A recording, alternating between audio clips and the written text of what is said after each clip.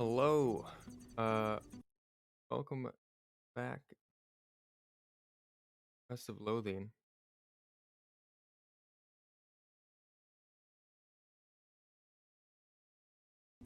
There we go.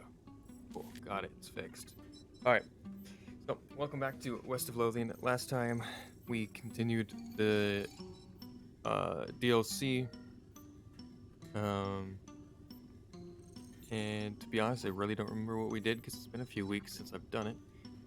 Played this game, but we still got to figure out a bunch of stuff and get rid of some ghosts. So let's talk to Lawrence. See how many ghosts we have. There are 10 ghosts left on the premises. 4 left on the first floor, 3 left on the second, and 3 on the third. Thank you. So.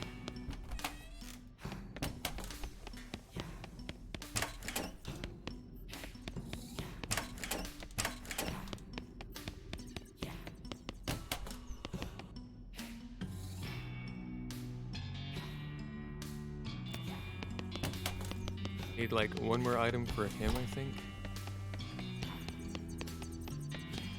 To get his stuff going. He's the jokester.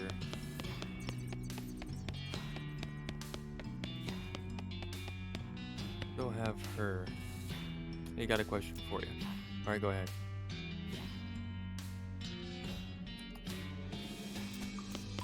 I don't remember what I need for her either. More evidence or something.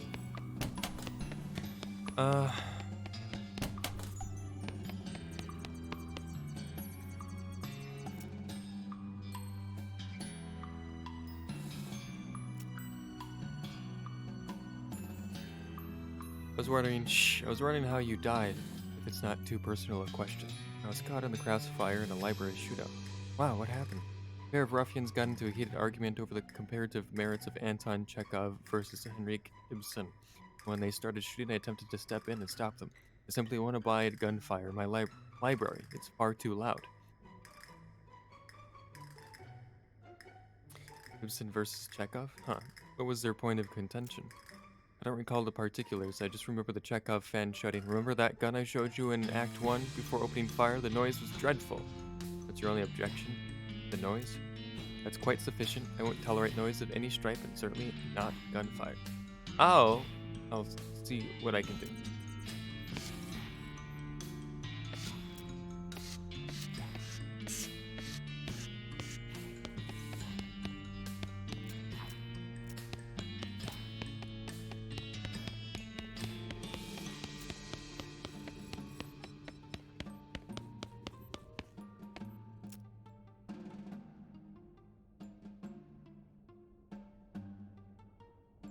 I don't even remember what their names were.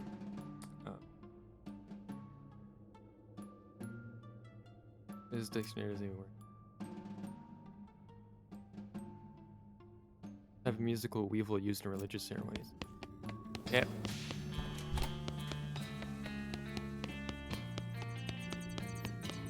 Guess we'll go to the next, or another floor. First floor. What do we have here? Color's done, got nothing there. Blah, blah, blah, blah, blah, blah, blah. Kitchen. Okay.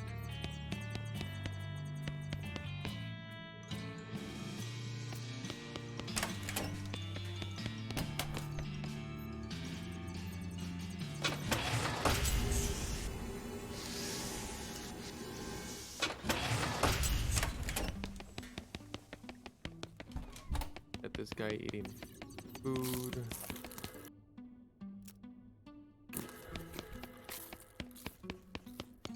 In order to get this guy out, I have to get rid of the other.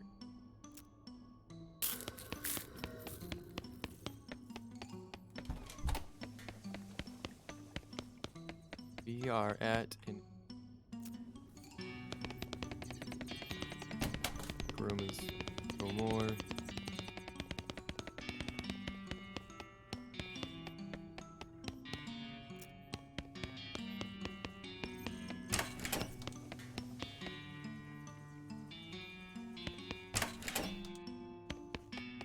Oh, the billiards guy.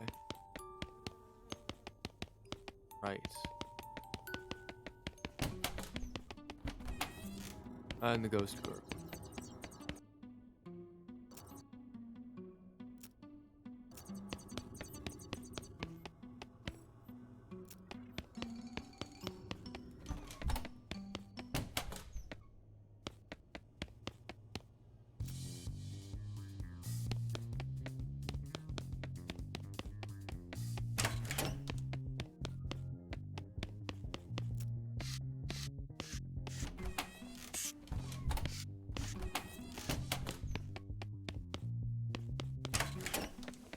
Hmm.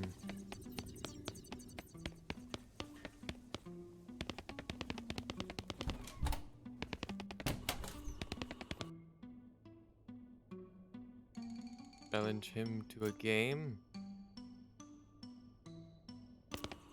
I need chalk somewhere.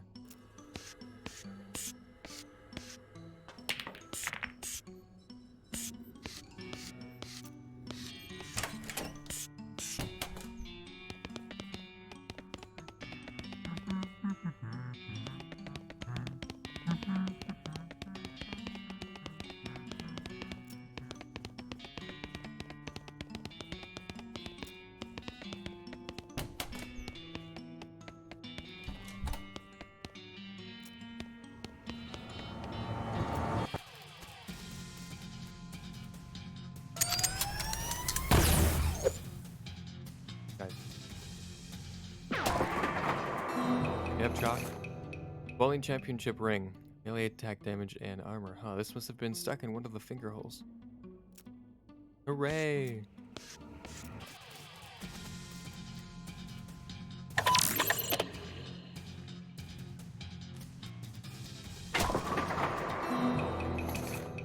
Bowling ball.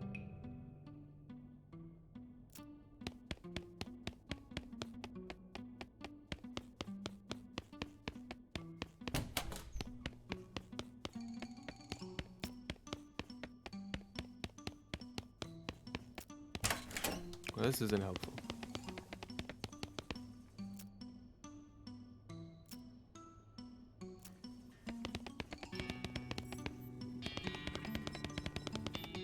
Yep, the only other place I can go is outside.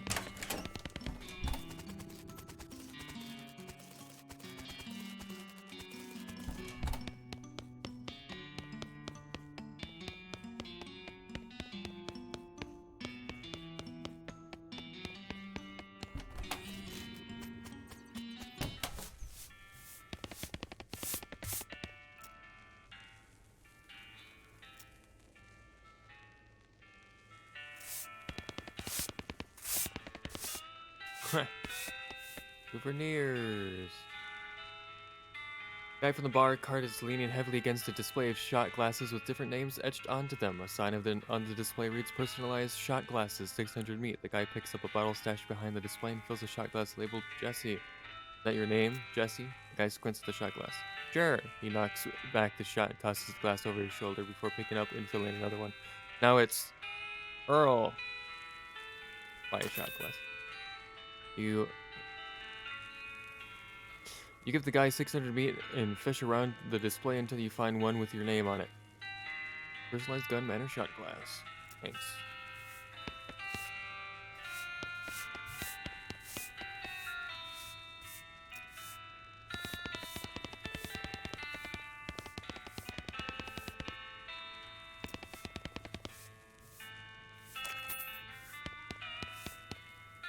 Sure.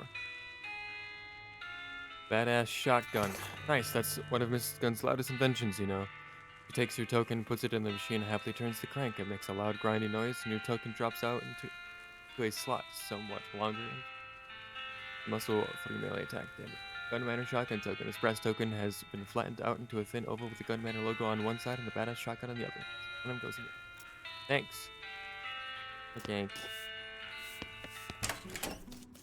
Wasting money now. The only other place I have is the field. Necessarily have, well, I don't know how to get through it. So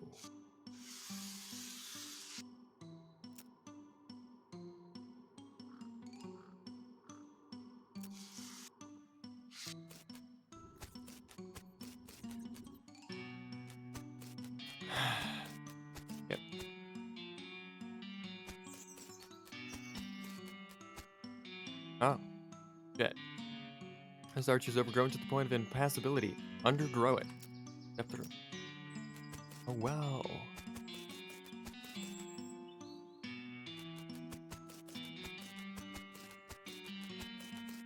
Is that just a shortcut to the... Okay, hold on, I need a token. Ungrinded token. And then I'll use that in the wishing well. Hope that something happens when I do that.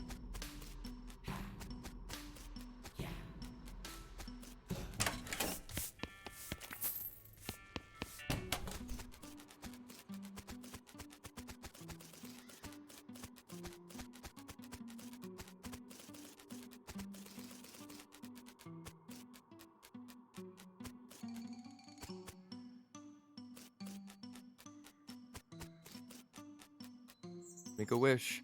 You hold the token over the well and try to think of something to wish for. After a few seconds, you accidentally drop the token into the well without making a wish. Dang it, I wish I had that token back. You hear some chimes and a rope appears in the wishing well's crossbar. Well, how about that?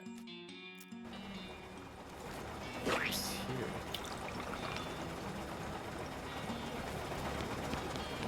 Why?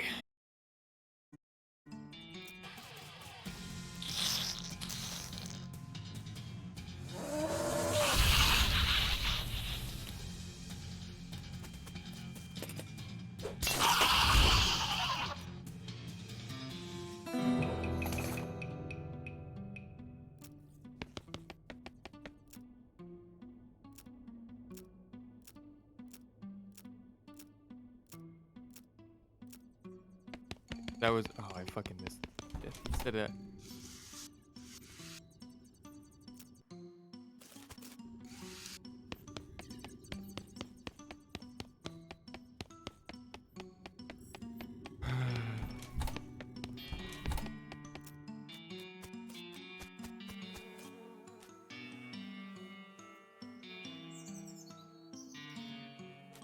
Oh yeah, it's stench resistant. If only.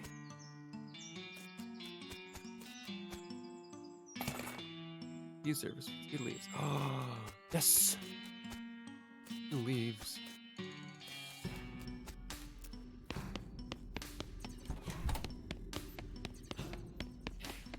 I can make actual tea. Hooray! And we can go deal with her at least. How do I move?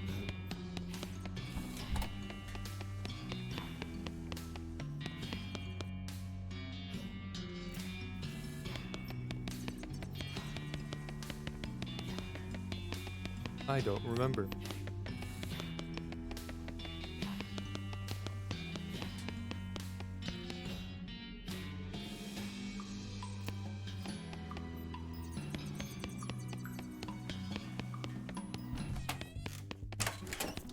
Have tea.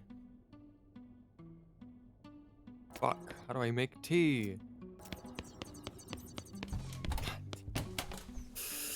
I'm about to just start killing ghosts. I don't know. How do I make tea?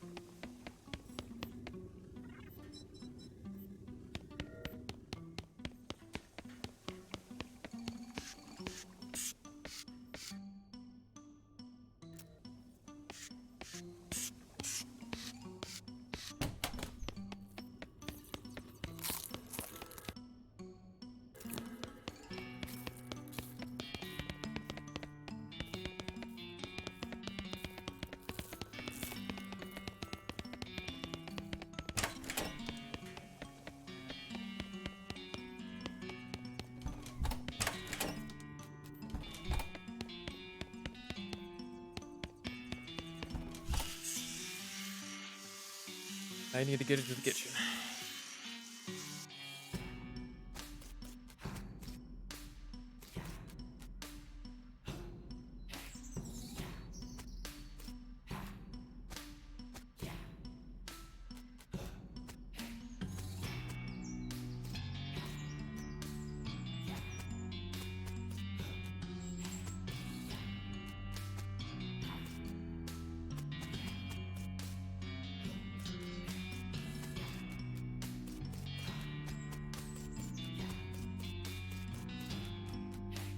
Well,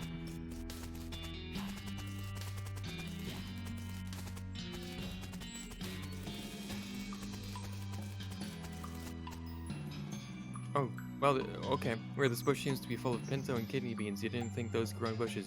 You especially didn't think they grew on. They both grew on the same bush.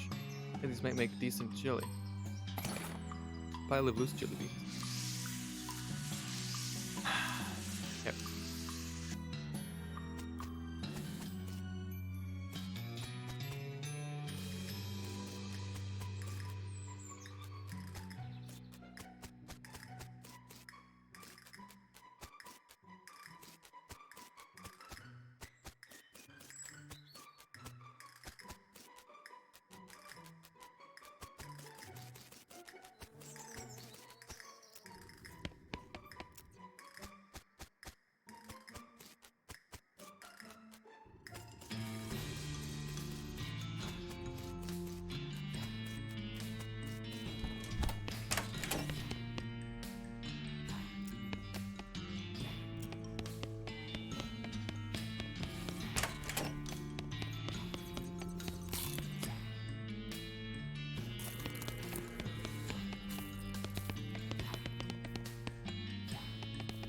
I need to be in the kitchen, don't I?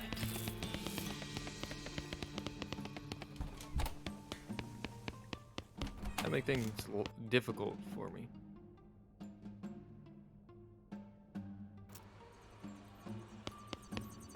Oh, fuck.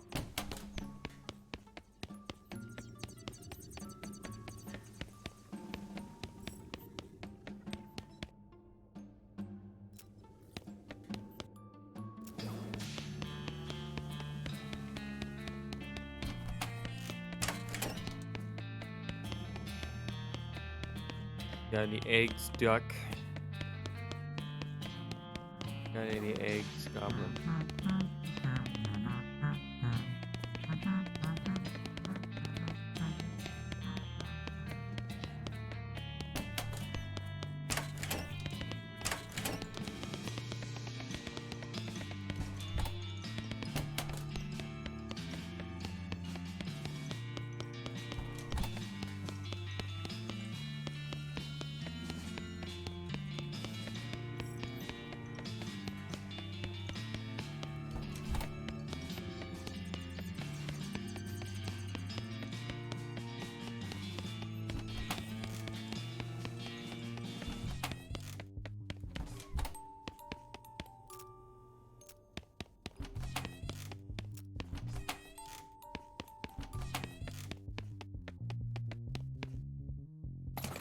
Fucking knew it.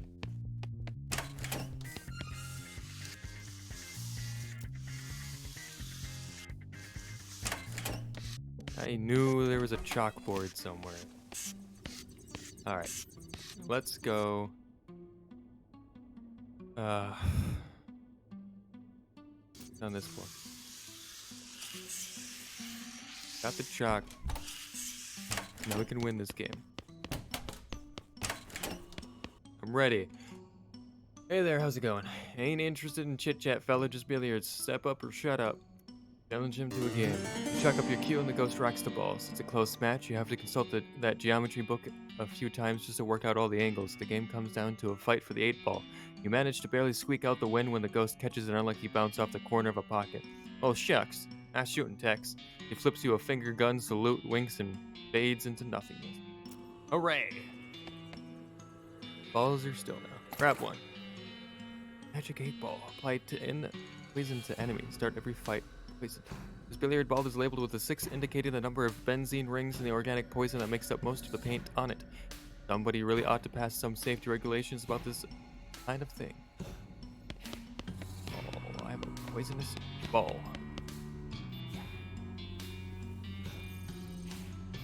That is not helpful. That ghost is gone. I have tea leaves, and I have some beans.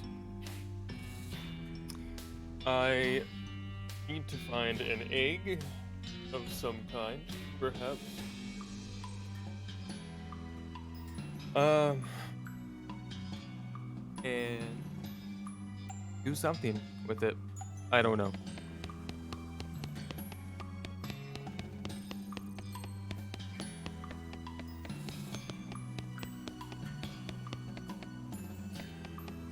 I have no idea how I'm supposed to make...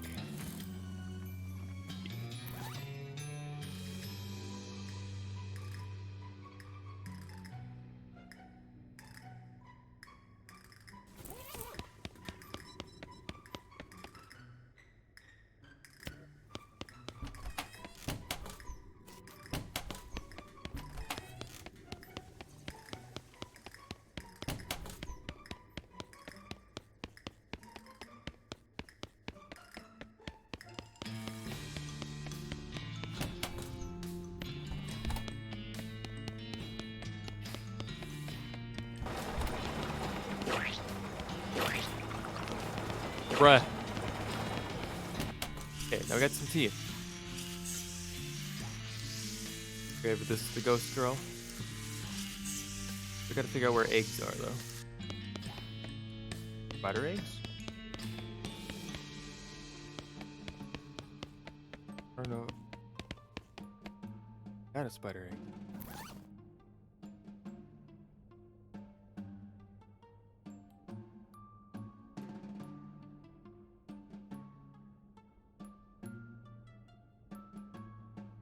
I do have spider eggs, but they're already like made. I'll kill a spider. See if he drops anything.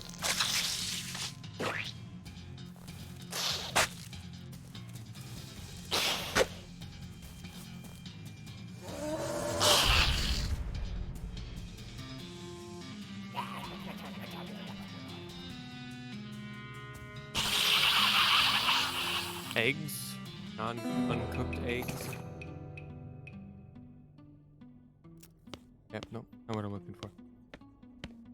Oh, let's go back up to that girl with the tea party.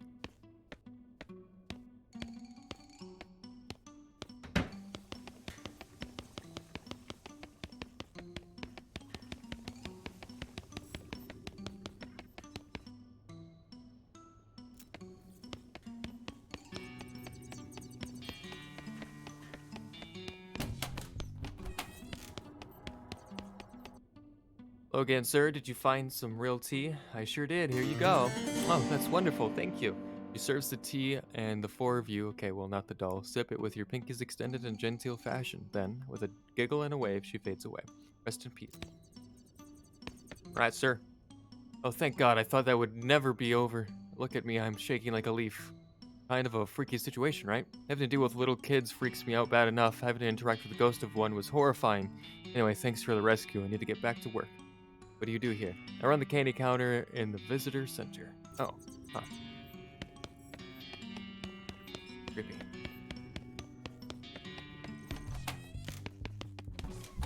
Well, let's hope Candyman has something for me, because otherwise, I don't know what to do. Eggs. Need.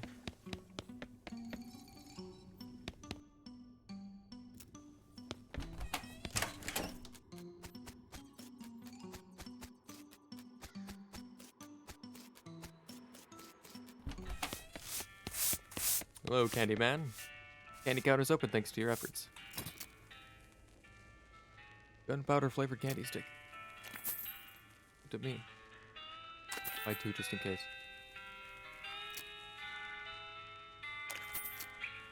We'll just buy one of all. Thank you, sir. Hope this is enough for the explosive dude. Floor 2, I think he's on floor 2.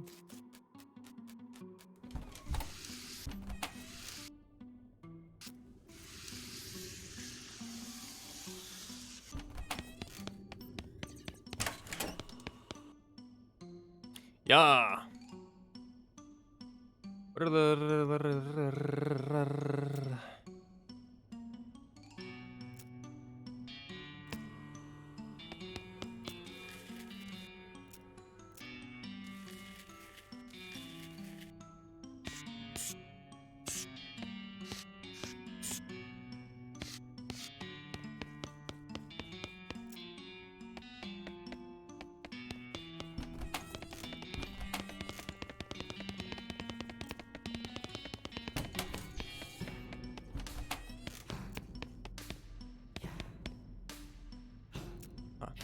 Virtue of loving your spouse.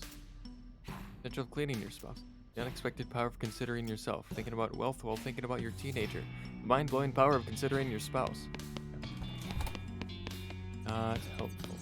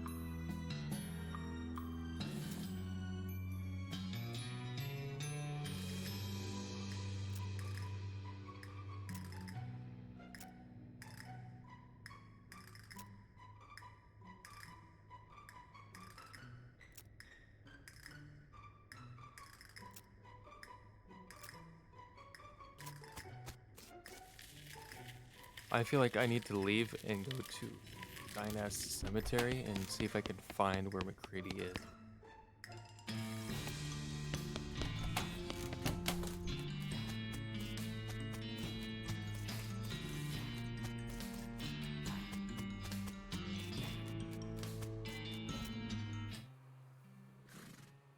Okay. Where's the regular cemetery? Called. There was one that was really huge.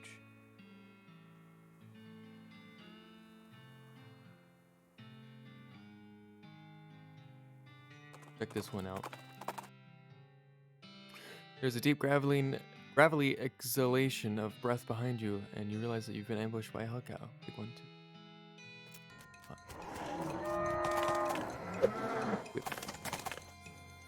Cow.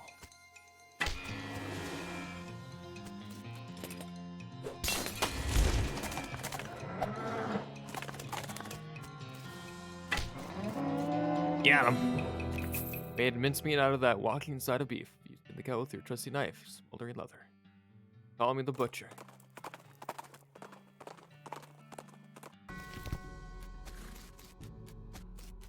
Reboot Hill. Yeah, there's the ghost lady with...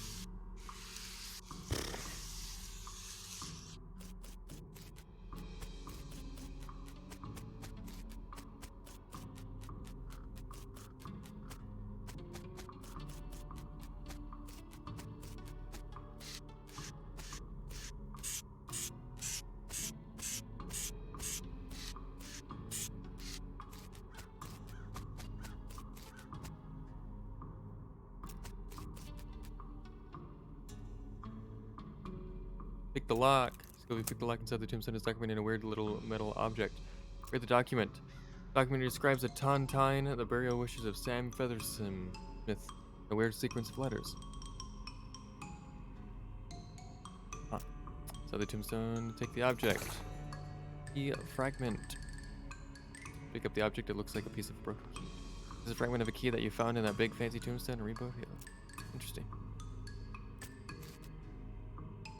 This tombstone is big and fancy and has a safe embedded in it. Safe cracking. You pull out your stethoscope, crack your knuckles, and perform a complicated grave robbery. Inside there is a document and a weird little metal object. Document describes the tontine burial wishes of Philip Irongloat and a weird sequence of letters. Huh. Inside there, take the object. Pick up the object, it looks like a piece of broken key fragment. Interesting.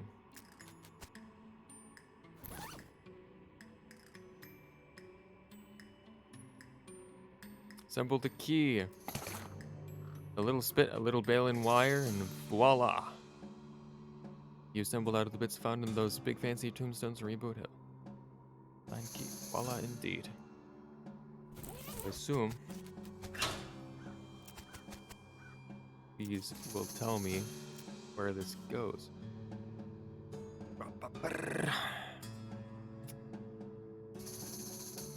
Maybe not. I don't know.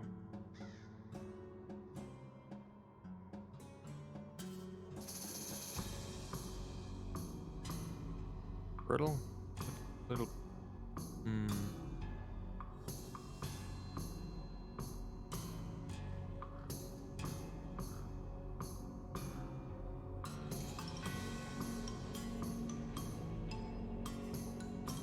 I don't know.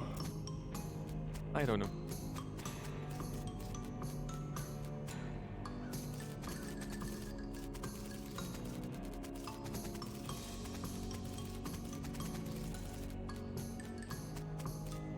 So this is the same. Talk to him. Welcome.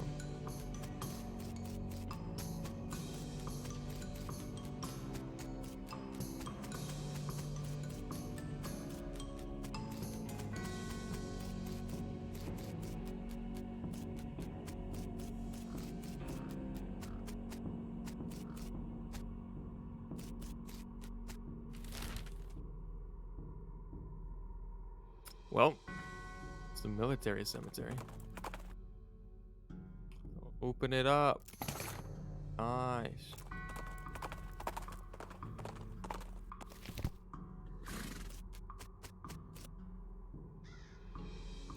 I don't know. Investigate.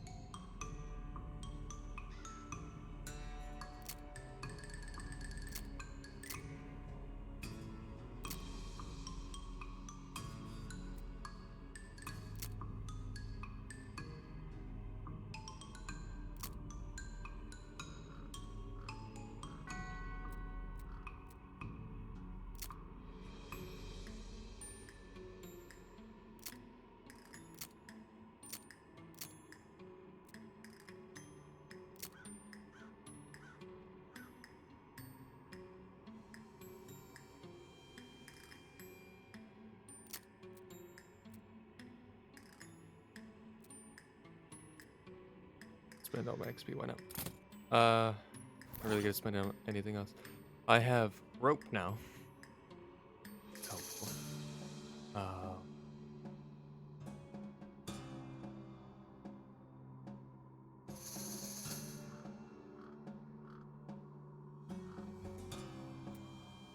Wait a second. What if you stuck this into one of those cigars you found? Yeah. What if?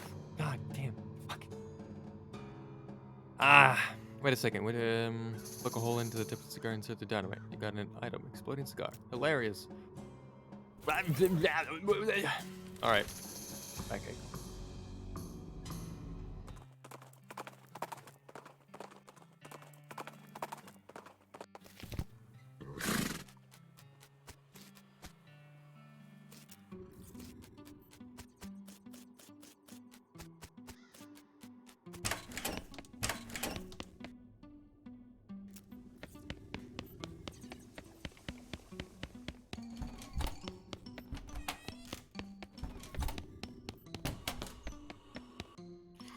Figure out how to make a good exploding cigar, one that doesn't turn fun into a funeral. I can't even make basic wordplay funny. Well, it was kind of clever, but I think this is what you're looking for. That's an exploding cigar? Yep, sometimes a cigar is just a cigar, but not this time. What did you use for the explosive? I found a really small firecracker, just big enough to blow up the cigar without also blowing up someone's face. Also without the, violent lead projectile. You're a genius. Please let me see it in action so I can finally rest. Light it up.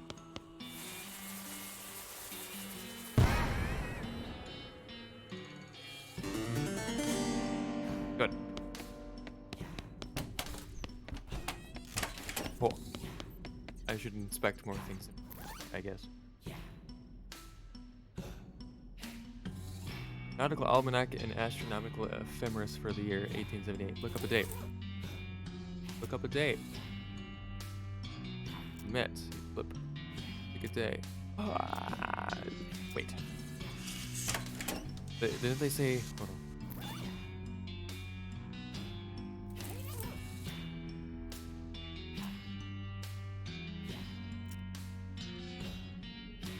Is it? Fuck.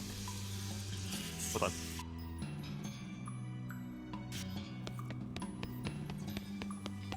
No. Fuck, what floor was it?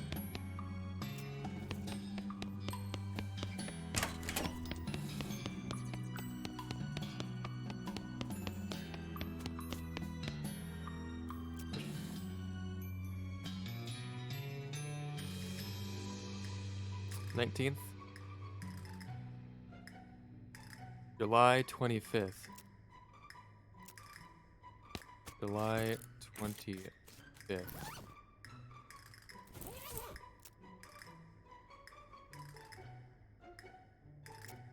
July 5th. That was when McCready's trial started. No special astronomical events that day, as far as you can tell. Okay.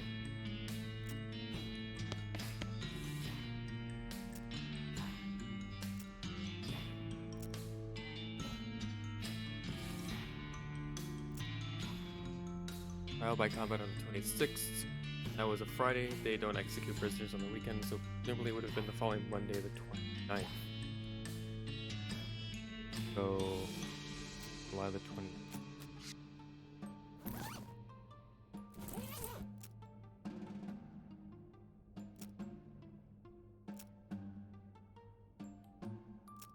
That was when McCready was going to be executed. Let's see. Wow, wait a minute. According to this, there was a total eclipse of the sun that day, centered right out over the Western Territories and with its totality at 2:47 p.m. That's a hell of a thing. I looked up July 29th in your almanac. What? No, you're just messing with me. No, look for yourself. Totality at 2:47. Oh. And get this. There was a total eclipse of the sun that day. What? Now you're just messing with me. No, look for yourself. Totality at 2:47 p.m., right over the Western Territories. Well, that's quite a thing, but I don't see how that affects... Wait, unless you're suggesting, right? It was a perfect opportunity for McCready to escape. That's absurd. Absurd like a fox. You said yourself that McCready was really good at remembering dates. He could have read about the eclipse at any time and stored that knowledge away for future use, like to give himself an advantage in a duel or something. Alright, that's reasonable as far as it goes, but McCready couldn't have worked the eclipse into an escape plan because he didn't have any say over the court schedule. You said, what with one thing and another, the trial didn't start until July 25th. McCready could have caused any number of those delays himself, by faking illness in prison or messing with the horses on the ride to Frisco or anything. This also could explain the trial by combat. You mean there ended up being too much delay, so if a regular trial went on too long and he was found guilty, he'd have missed the eclipse? Exactly. Whereas if he called for trial by combat, everything would be resolved one way or the other in only one more day. Maybe you'd win and that'd be fine, but if you lost, he could use his escape plan. I have to admit, this is pretty compelling, but it's all maybes and what ifs. Yeah, maybe it happened, but maybe McCready was rescued by leprechauns. Oh man, are there leprechauns in Frisco? You need some kind of hard evidence before this is any more than just a fun story, is what I mean. Well, let me ask you something. How can I find evidence... what's up? How can I find evidence of McCready's escape? Well, we don't know that an escape even happened. True. Something like that would have been in the news for certain. Okay, let's see what I can find. News. Do I have... paper?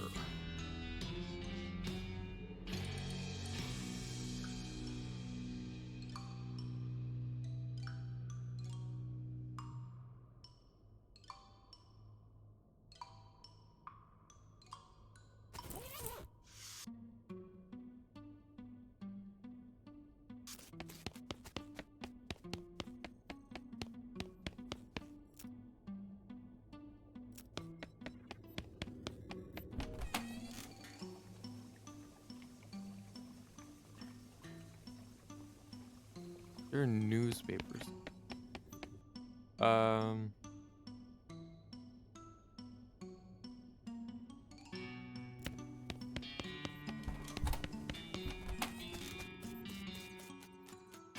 Newspaper. The info guy.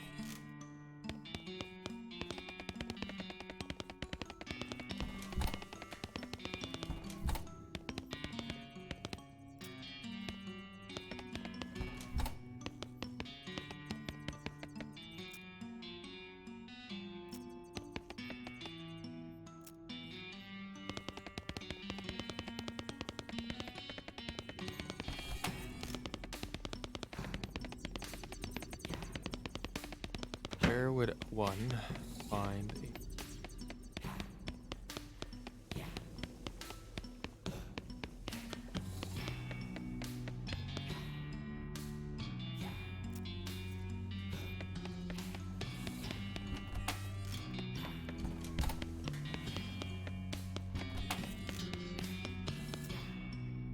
Oh, find a few bundles of old newspapers at the bottom of one shelf. Frisco Newsinator. Start at the bottom of the stack and flip through them until you find the paper for the week of July 28th to August 3rd, 1878. The main feature has to do with the eclipse and various accidents and spectacles that occurred because most people weren't expecting it. The editor apologized for burying the announcement of the previous week's weather forecast. Most notably, all 3 men scheduled to be hanged on the 29th escaped in the confusion, and only 2 of them were recaptured. Fortunately, their names aren't given. You don't find anything else relevant to the case, however, as you're putting the papers back in order on the shelf, a headline on a more recent issue catches your eye. Husband of famous inventor missing.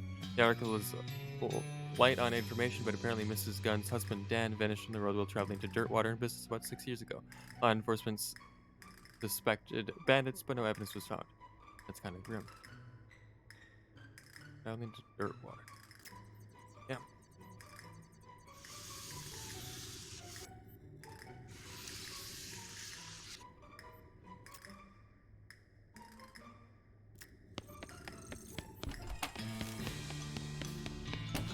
Enough evidence to do anything, but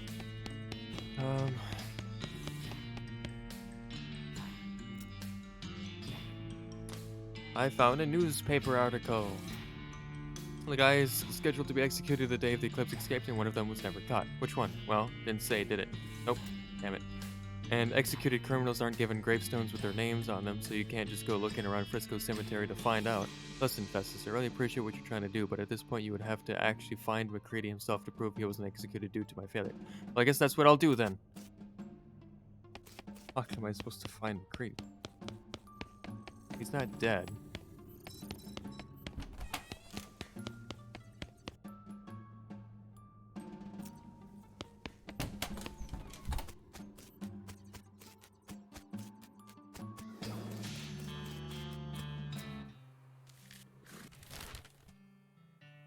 Can I find Dan? Or it skips a beat as you by a floating cow skull in the middle distance. It doesn't seem to have noticed you yet. You're not Dan. Crush that cow skull to powder, but not before you extract the useful bits of it.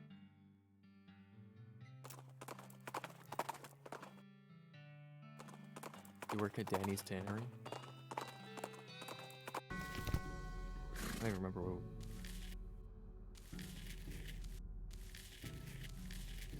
Yeah, it was all the hell cows and the clowns. Never really finished this today. Let's see if we can do it.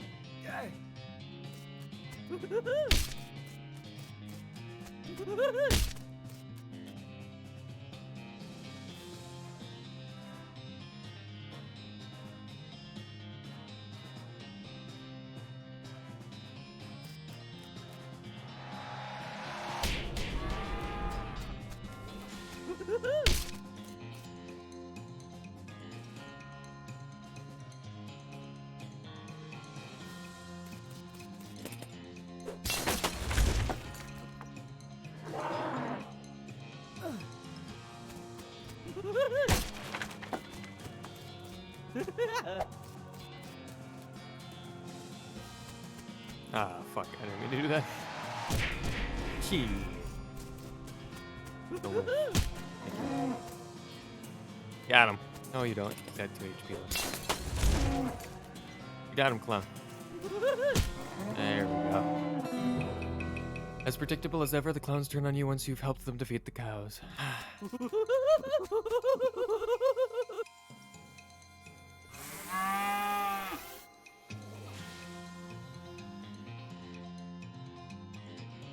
Jeez.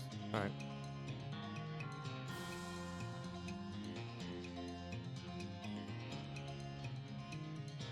Alright, well. Do this.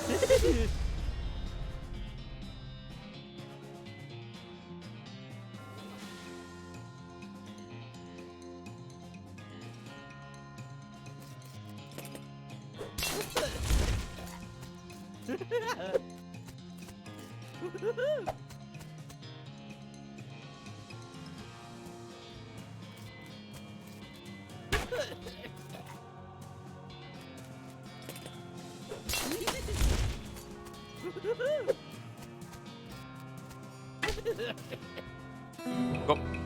Ooh, it's a good thing that clowns hate cows more than they hate humans, or that fight could have gone way worse. Fortunately, it seems pretty unlikely that you'll run into any more animated leather-clad cow skeletons on your adventure, right? Hooray! Approach the hide warily. It looks like it was too tan to be possessed. Must be a storage shed. It's locked, but maybe the key found could enter. Put the crate. Yeah, open it up. Ranch punch. Fuck. Guy back here hiding behind a barrel. He isn't very good at hiding. Talk to him. Hello? Oh, thank God, you aren't one of those horrible clowns. Nope, I'm Festus Thompson. I'm Grady Tanner. It's a good thing you arrived. I couldn't have held out for much longer. Are you actually Tanner, or is that your surname? Well, both. Well, what are you doing in here? Hiding? Well, what I mean is, why are you hiding in here? Because I don't want to die. Look, what's your story? While I was scavenging for tanning materials, cow's bane ain't as easy to get hold of it as it was in the old days. But while I was searching, those cows showed up, and then those clowns showed up, so I locked myself in here to hide. What's cow's bane? It's an herb used for tanning leather. You can't grow it in large batches anymore because cows show up and wreck the place. So there's other stuff we generally use for pig leather and so on. Not as good though. Cows wreck your herb gardens? Yeah, if you're growing more than about a flower pot's worth, they get wind of it somehow. They hate the stuff. Can't figure why. Here, I've got a few extra seeds you can have. Be careful with them. How long have you been in here?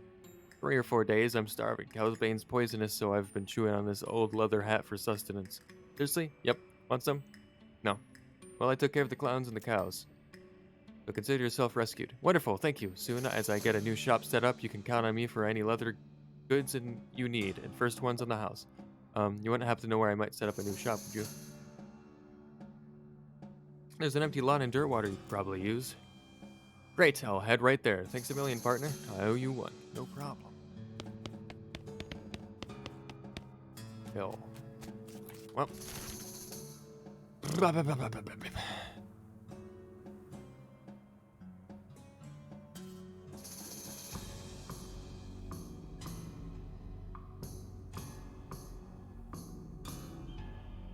Gotta find other Graveyard.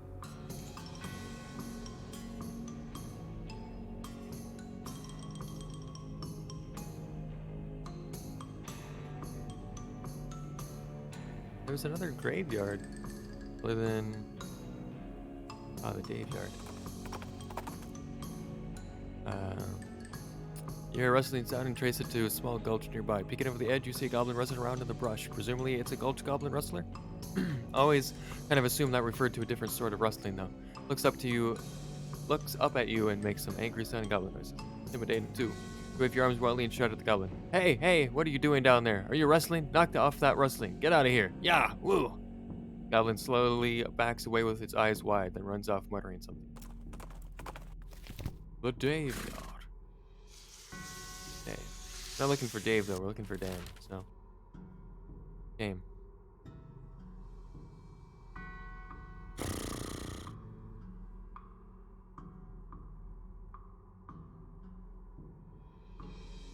How could this guy have gone?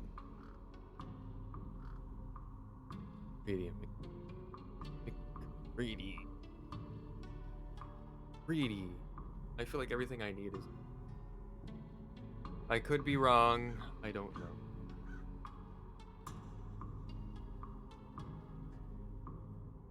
If his whole trial's at Frisco, right? I can go to wander around. Several loud gunshots ring out as you round a large cluster of boulders and you dive into cover. Peeking cautiously around the corner, you discover Goblin shooting a large pistol at a pile of nailed-together driftwood. Hello? Oh, hello. What doing? Targets practicing? Nope, sculpting. Look. You take another look, and from the right angle, the driftwood does kind of look like an owl, albeit one that's been shot a bunch of times. The pistol.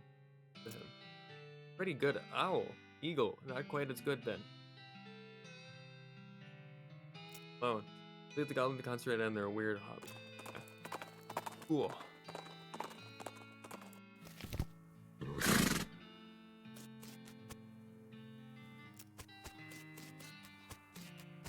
Oh.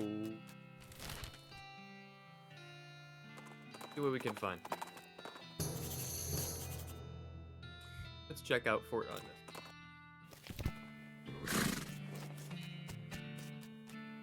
Somebody arranged his cannons haphazardly and then left them out in the rain. Hairy-looking young woman in a military outfit darts in front of the door as you enter. Oh no, I can't be having any more misfits in this jerk ward. You can either swear to me that you're halfway competent, heck, even a quarter, and that you'll help sort out this crew of no-hopers, or you can turn right back around and march double time. Sure, I'll help. Alright, I'm gonna hold you to that promise. Come on in, I'm Captain Harriet Davenport. My name's Festus Thompson. Problem, Cap. Problems. Welcome to Camp Fubar, where all the Army's idiots and rejects are sent so they're out of the way. I've had it up to my eyeballs trying to run this place. Please, help these morons figure out their malfunctions so they can muster out of here and leave me in peace.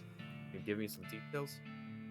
You'll need to talk to them individually for more information, but the brief is, we've got a scout who's blind as a bat, a cook who can't figure out how to make corned beef hash on toast, a guy who can't load and fire a cannon without it blown up or maybe shooting backwards, a guy who, somehow, I can't for the life of me figure it out, is too bow-legged to ride a horse, and a kid who was sent here because he can't figure out how to tie a bow tie.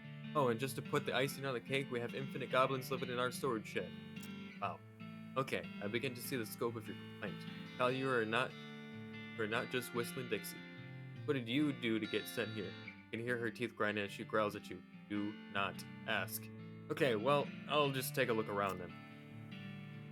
I don't have any. Guy squints real hard at you as you approach. Howdy, do I know you? Your fuzzy silhouette don't seem familiar. Nope, I'm just passing through. What do you do here? Well, I'm supposed to be a scout, but I went and broke my only pair of glasses. Out of them, I can't see a thing. To try to get you a new pair. I'd be much obliged. I hear tell there's a jeweler not too far from here. He could probably grind me a pair of lenses. Just tell him, make them thickens. I could do. What the other problems are first, but I think I gotta go check out that goblin. The nameplate on the desk that says Journal. What's his name? Investigate. The desk is basically empty, but you do find an old medal discarded in one of the drawers. Medal of Attic. Medal was awarded General Francois. What's his name? For fully undistinguished service of a missing. Howdy. Hi, what's wrong? Gee Willikers, I had a pretty good job with the General's personal assistant, but I got fired and reassigned here. What happened? Everything was great at first. Pretty good at scheduling, like write shorthand, and I'm an A-plus boot polisher. But then the general went and decided he'd look more serious and sophisticated with a bow tie, expecting me to do the tying for him. No good? Nope. Hi, boss. I do a sheep shank and a bowline and a clover hitch, but for the life of me, I can't get a bow tie to look right. The general sent me out here with one practice on and said not to come back till I'd got it. Have that much. Yeah. Able to loot these. Howdy, Private. Cooker. How appropriate. Well, it would be if I knew how to cook, like even a little bit. Seems to be the trouble. Only got 2 ingredients here, and I cannot for the life of me figure out how to combine them. What are the ingredients? Corned beef, hash, and toast. Try to help him with a metaphor. What if you thought of the toast as 2? No, I'd seem to understand where you're going with this. Think of the corned beef as a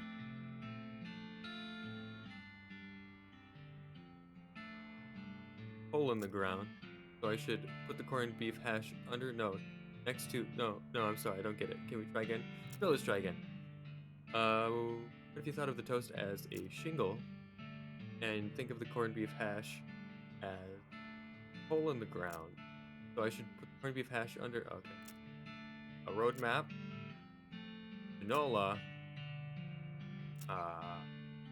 Elbow. Corncob up. Elbow.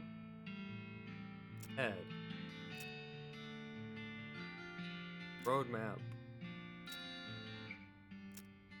Do any of these actually work? Elbow. Nola. Pipe. Elbow.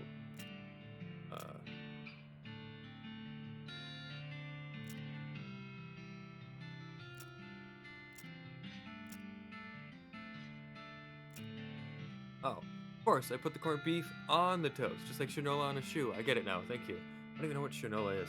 All in a day's work. I figured that out. Eat their food.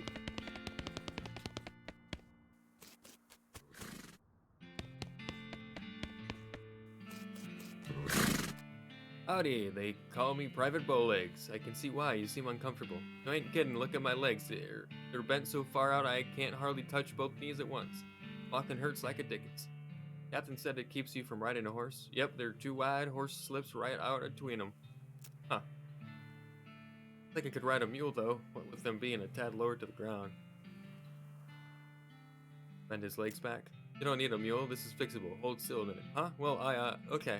Some grunts from you and some cries of pain from him, you normalize his legs. Ah! Great jumping Jiminy man! Oh, don't be a baby, look, they're much straighter now. I guess I can't deny that. He winces as he mounts a nearby horse and rides out of the camp. Hooray! Howdy, what's the haps? I'm supposed to be a cannoneer, but I'm terrible at loading cannons. They always explode, except not the way they're supposed to explode, or else they don't explode at all. Huh. The only time I ever got one to fire right, the cannonball knocked my sergeant's hat off, and he was standing behind me. Still can't figure out how that happened. So they signed me to this loser squad and said I can't report back for a proper duty until I've figured out how to load a cannon right. Fuck. Here, maybe this will help. Oh, huh. Well, let's see. He flips through the pages, which have big number diagrams. Oh, you take the stick back out before you put the cannonball in? Well, that certainly sounds easier. Figure it out. Carefully follows along the directions of the book and successfully fires a cannonball over the wall of the fort. I did it! Wow, great! Thanks a lot! I'm gonna go get my new assignment right away. Cool, good luck. Oh, fucked up. Oh, fucked up. Here's a bunch of goblins, right? Sign on the front says, Port gun storage, no goblins. You open the door a crack and take a peek. Naturally, the shed is crammed full of goblins to the ceiling. They're barely recognizable as individual goblins. You try and talk to them, but they're just babbling insanely. Alright, feller. It's time. Had a lot of health.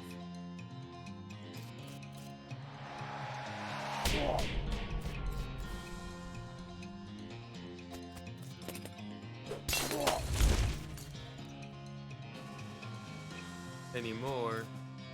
Ah, finish him off. Hell yeah. Alright. Victory! You reduced the magnitude of Fort Unnecessary's goblin problem by an amount. Goblins. Wait.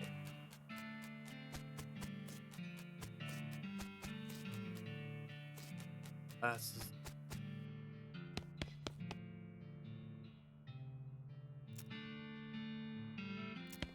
Five months.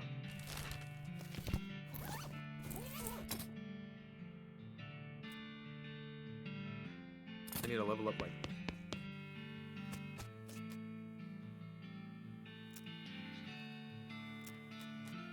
Let's go get this guy some glasses. There's cabin right over there. Go over there.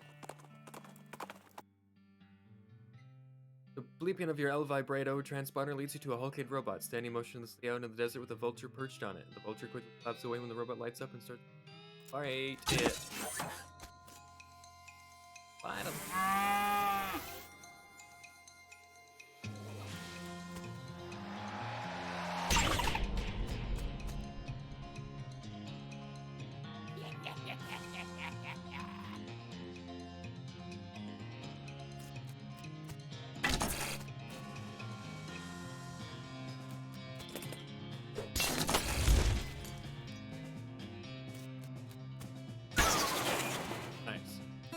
Victory! You force the robot back into shutdown mode and the Vulture reclaims its perch. It's hey, good jazz. This one again, welcome back. Have you brought any gemstone that you would like Master Gerald to craft into rings for you? I need a pair of eyeglasses. For a nearly blind watchtower lookout. Can you guys make them for me? Clerk translates the question for Master Gerald, who thinks about it, then having some old soda bottles for grinding down should working fine. He says yes, we have some glass of the finest optical quality. Is 500 meat acceptable? Or the clerk invites you to have a seat in their living area while Master Gerald gets to work cutting and grinding some glass into lenses and setting them into wire frames. You flip through a Goblin magazine while you wait. The lead article seems to be about social interaction with humans and the value of occasionally pretending to be dumber than you actually are. Okay, close enough for government working. Master Gerald has completed your spectacles with the utmost degree of craftsmanship. Why? Lenses in these spectacles are so thick you reckon they'd let a feller see behind him. Thanks. You ate it. Get on back to...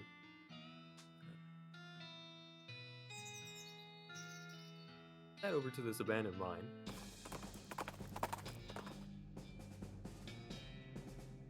With a spooky combination of hissing, chattering, and clanking, an ancient skeleton rises out of the sand in front of you. He is wearing dented and rusted antique armor and a long handlebar mustache. He must be an ancient explorer or would-be conqueror. Hopefully the former, because he doesn't seem to have much good at the latter. How does your mustache stay on? Yes. Do you use glue? Yes.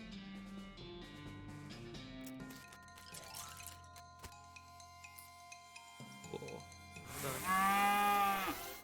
That and that.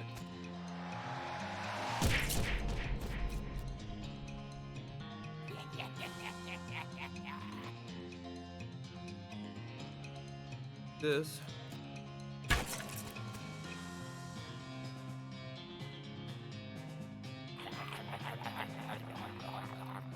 All right.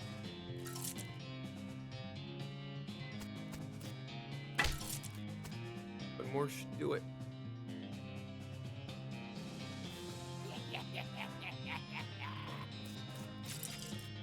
Oh god. Hey, oh. Alright. Got him.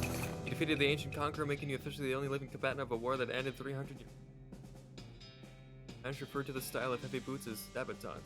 They weigh more unsuch.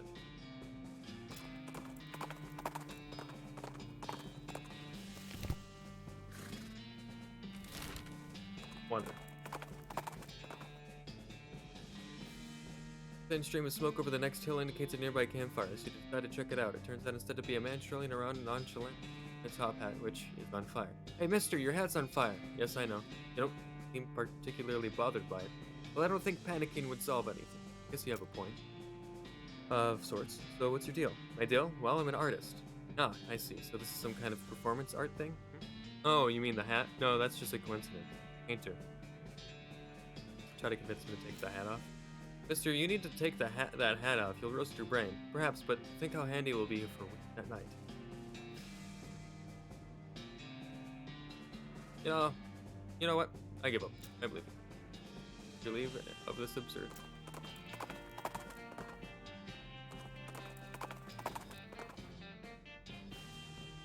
Come up upon a covered wagon belonging to a newlywed couple heading west. It looks like one of their wagon wheels is broken, and though they have a spare, it was the heavy corner of the wagon, and they don't have any way to lever it up to get the replacement on. Stop and help them out.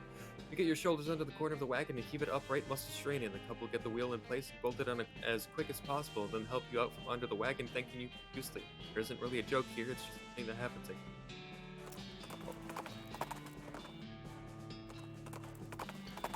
I discover place. Open it up. Oh hey, there's also first. Or what's in it? Bad for like 5 seconds.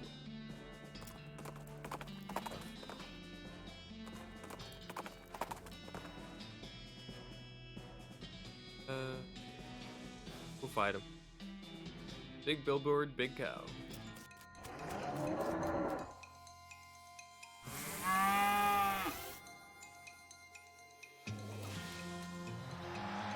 Oh, Frisco. What?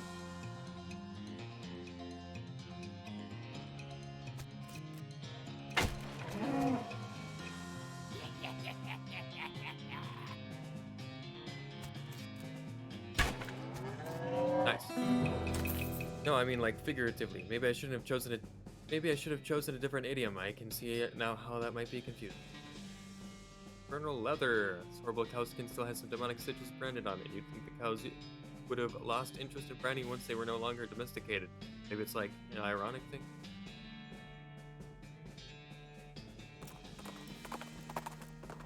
I'll wander one more time and hope to find some.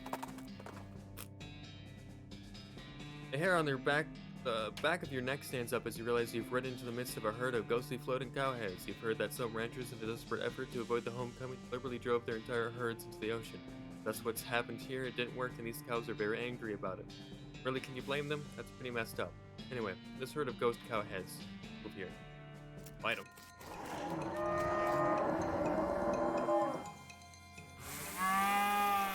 Health today. They have a lot. Oh.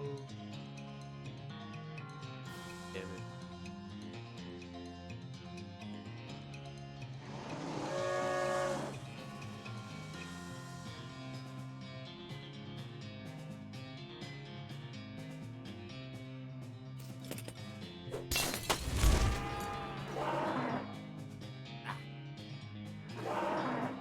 Well, this is a problem.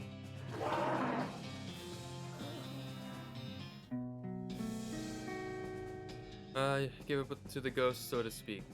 Isn't really a phrase. Heat somehow gets you back on darkness so you can continue distant.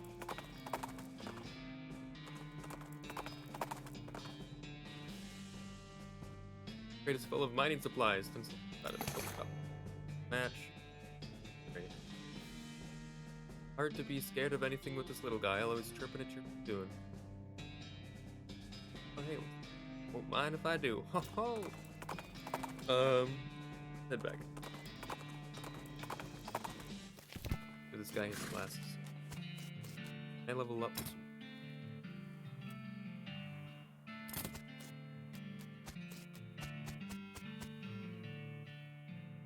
Howdy.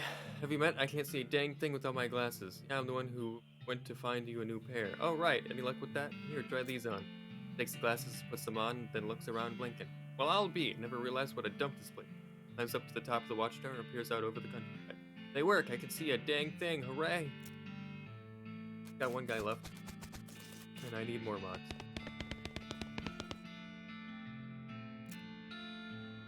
No.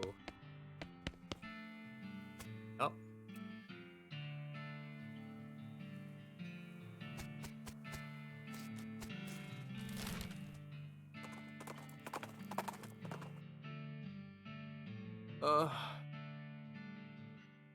Catch a glimpse of something colorful out of the corner of your eye and hop down to investigate it. Before you know it, you're mesmerized by Scintillating rainbow of shiny multicolored scales. A moment later, you realize you've fallen for the oldest trick in the book.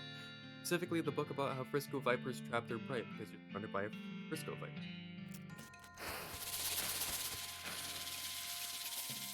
This was a shape.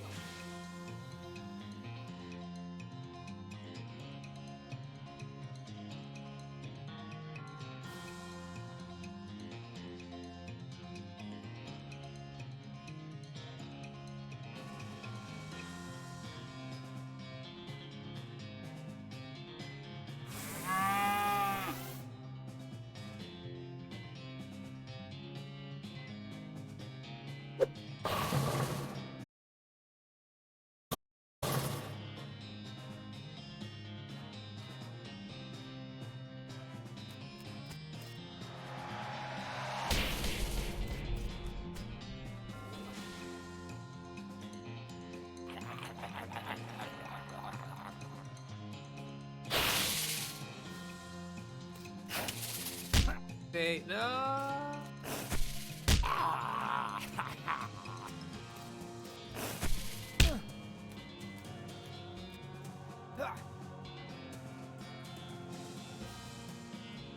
How much damage?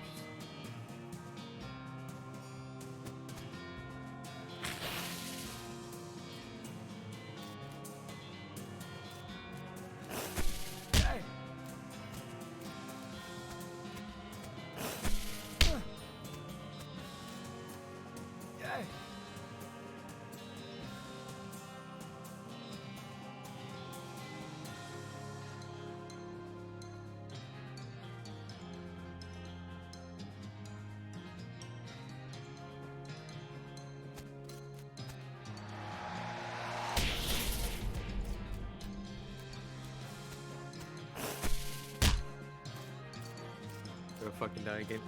God damn. Oh damn.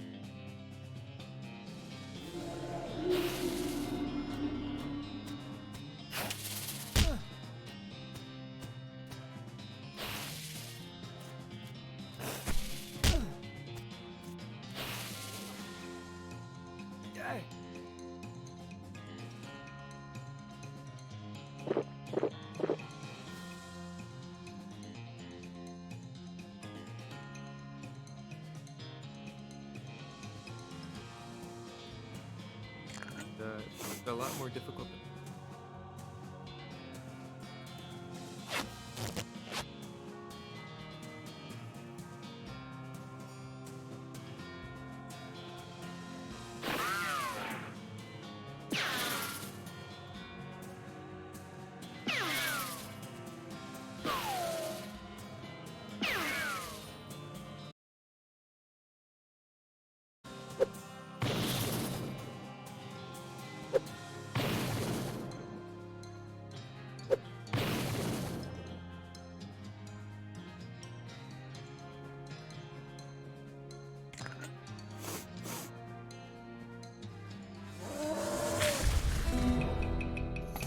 Get those stupid hippie snakes into the earth they love so much.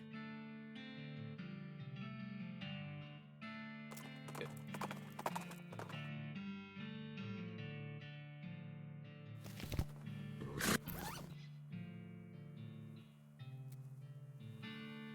Light the hat. Rainbow colored snakes get on your hat and you beam with pride.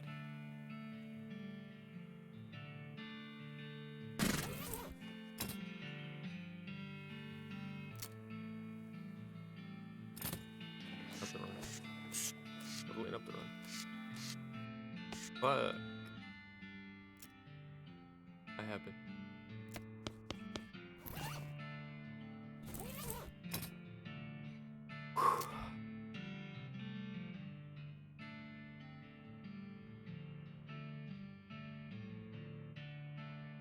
Or have I? I have.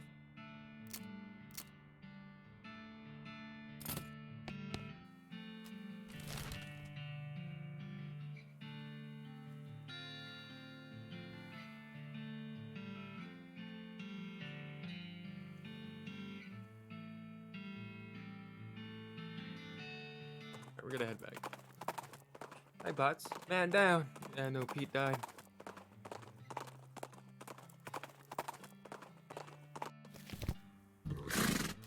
Alright,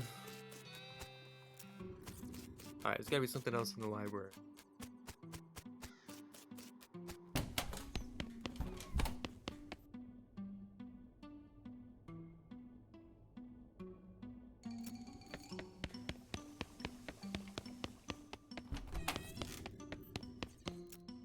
Of course there is. Found a few bundles of old newspapers.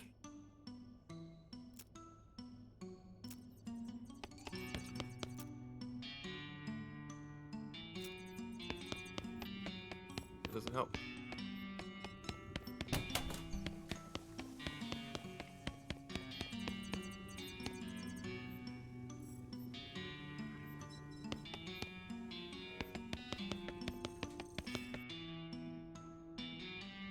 Let's see. What other?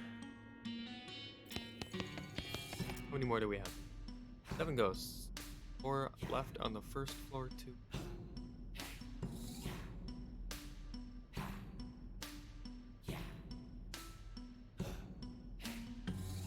One on the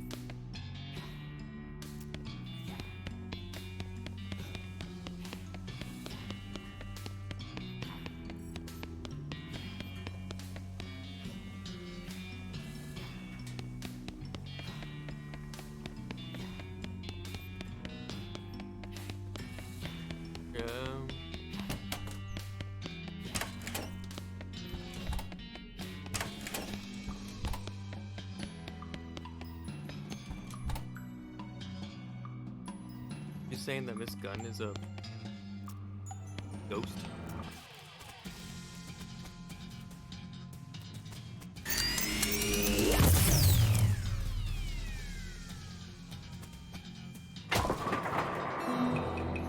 Ashes to ashes.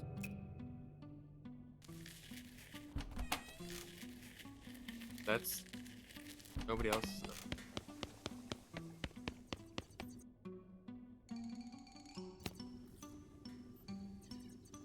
Somebody.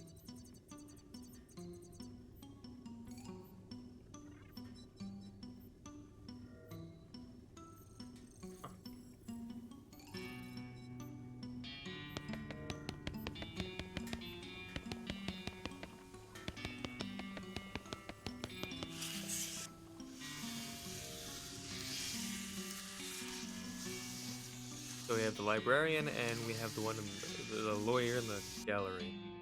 The first, we have kitchen dining room.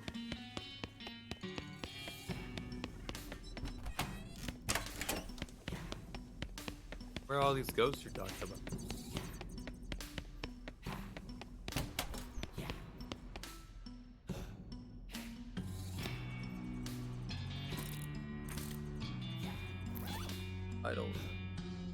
I don't know.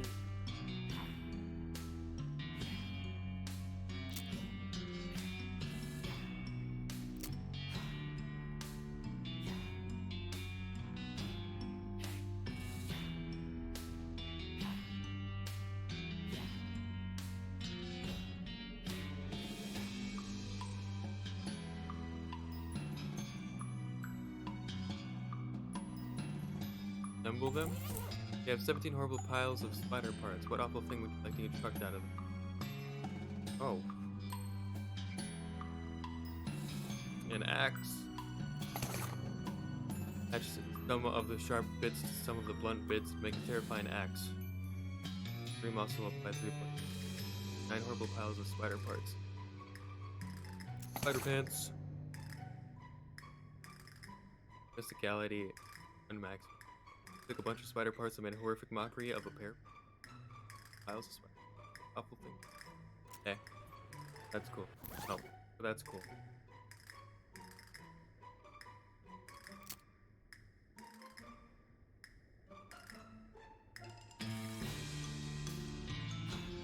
Okay.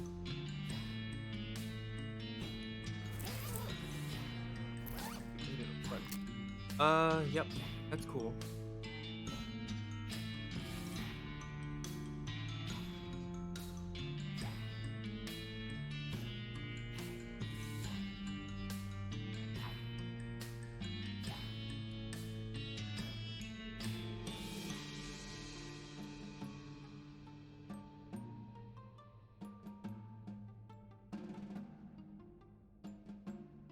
Nothing to do.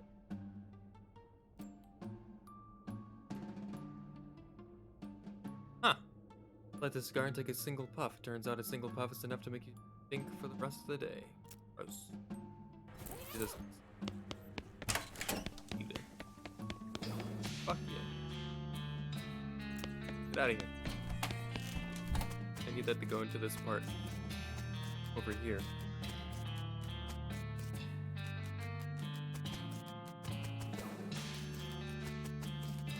Yes. Jumbo shrimp fork. What do I do with this? Deals extra damage against cows that have the mic creature. That's not what I'm looking for.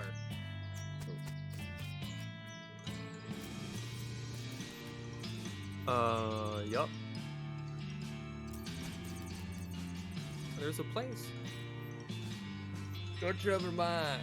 That was stench, right?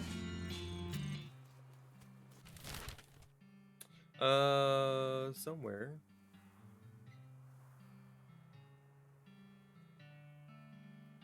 Somewhere.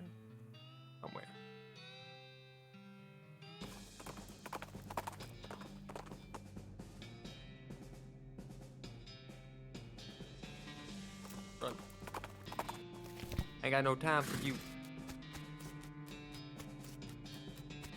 Yes. Finally. These lockers. Gas mask, spider pant. 5 minutes ago. Miners must have eaten down here to avoid the stench upstairs. That's what's left. Sugared pork balls and spittoon. I don't know what kind of tobacco these miners are chewing, but it must be extra corrosive because of this brass spittoon has a hole eaten through the bottom and dark stains underneath it where the spit leaked out. Although oddly, it doesn't seem leaking now and it's half full. I guess the miners plugged the hole with something.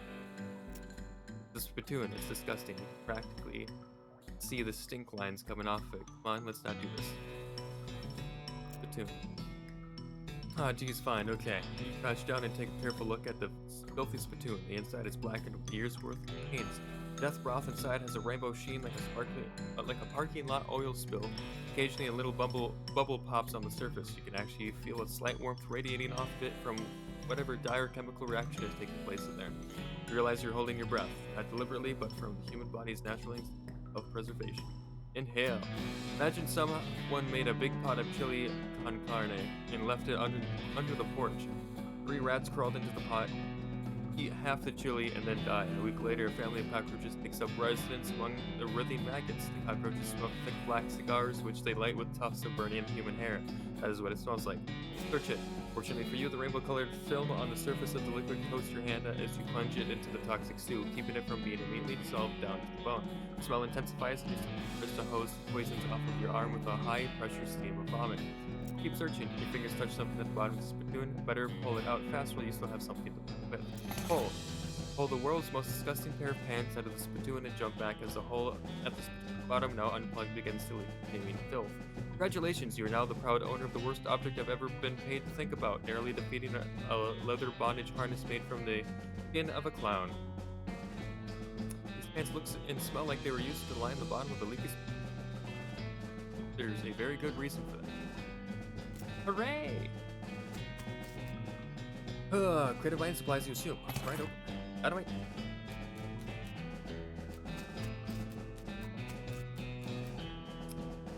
Elevator mechanism is all rusted. Oil it to lubricate the elevator liberally. My bad. Let's go!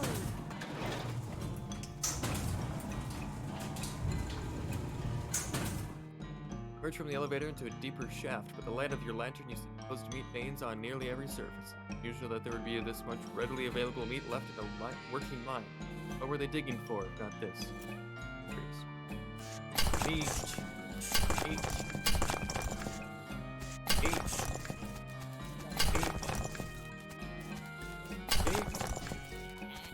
This guy is totally out of it. He's drilling and doesn't seem to even see you. Gotta talk to him. Hey buddy, are you okay? Bob, Rob, Bibble, Bertle, Gordo, Globe. Uh-huh. You wave your hand in front of his face, but doesn't react at all.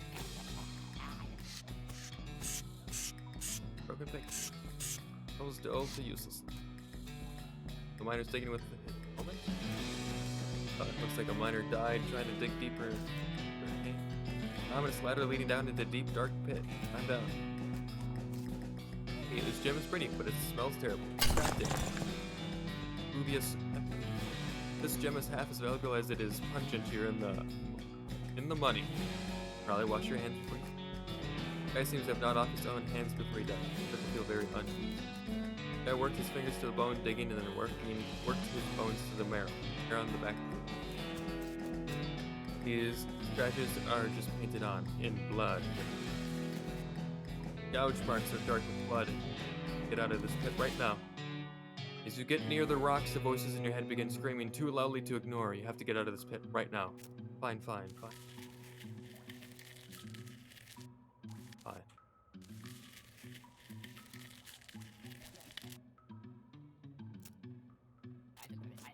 I don't want to, though. You know, I mean... Came all this way. Had to get stench shit. Just to be told to leave. That gem, anyway.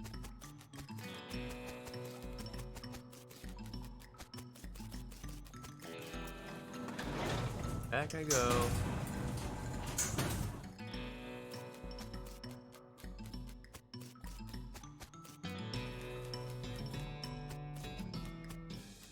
That was fun.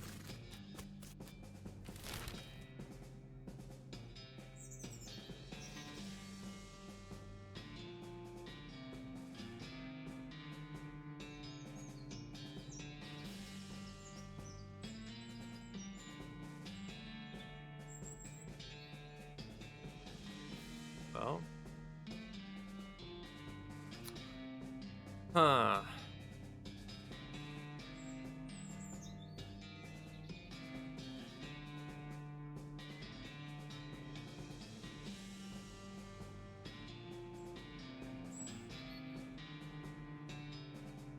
Well, there's something. I don't know what to do.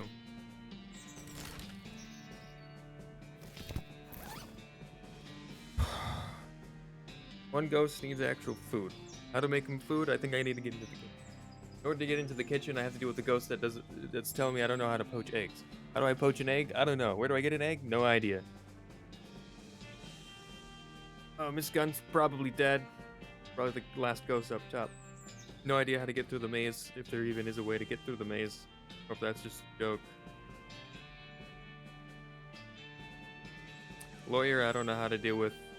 I have no idea where McCready would be. Or if I even have to look for him.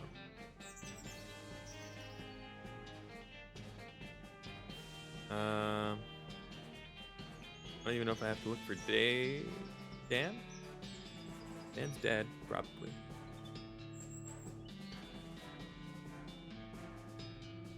I don't know.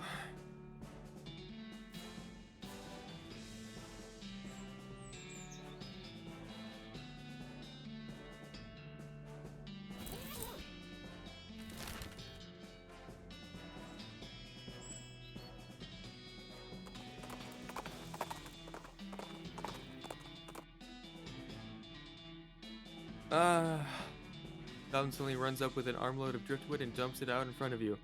Hello, look, sculptures I am making. You are buying an art, yes? Well, buying an art or killing? Talk to it. Oh, geez, it's a little over the top. Buying art now. Okay, okay, how much wanted for one of these art? 300 meat. I don't care. Be back on your horse to ride away from the frothing goblin. Gee, artists. I ain't got no time for that.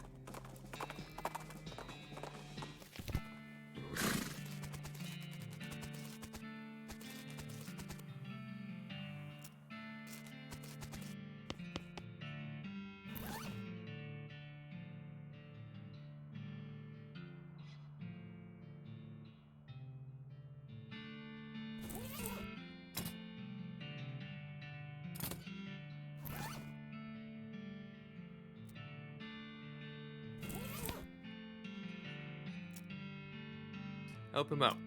Okay, here, grab the two ends like this, right? You want this side a little shorter, and that end crosses over top and then under and up, while the other side does a sort of zigzag, see? And you bring the upper bit straight down and back around, and it folds under there, and then you pull them tight. Got it? Think so. Let me try it. Try it. Two of you go back and forth a few times till he finally gets it right without poking himself in the eye. I think I've got it. Thanks a lot. Wait till I show the general. Runs out of the building waving the bow tie in the air. Fuck.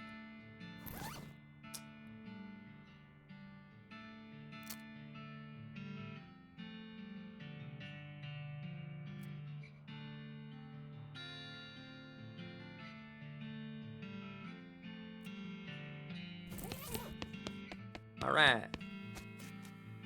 Great job. That's everyone dealt with and out of here. And that means I'm finally out of this hellhole too. If we ever cross paths again, I really owe you one. Captain Davenport frisbees her clipboard, snaps you a salute, and marches out of the fort. All in a day.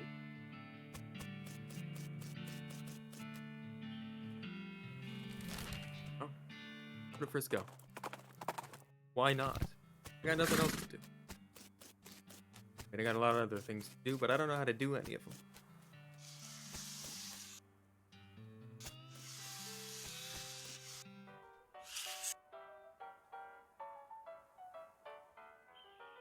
Tell me about Frisco.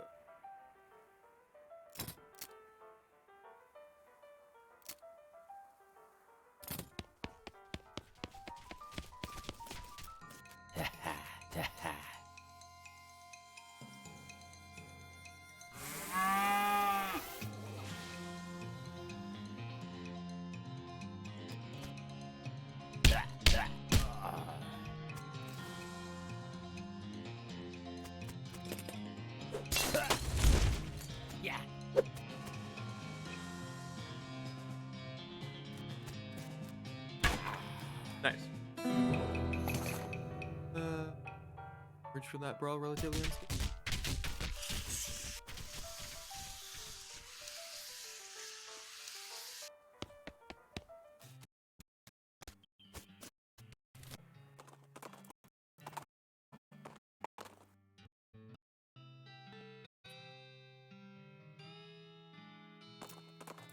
Or those.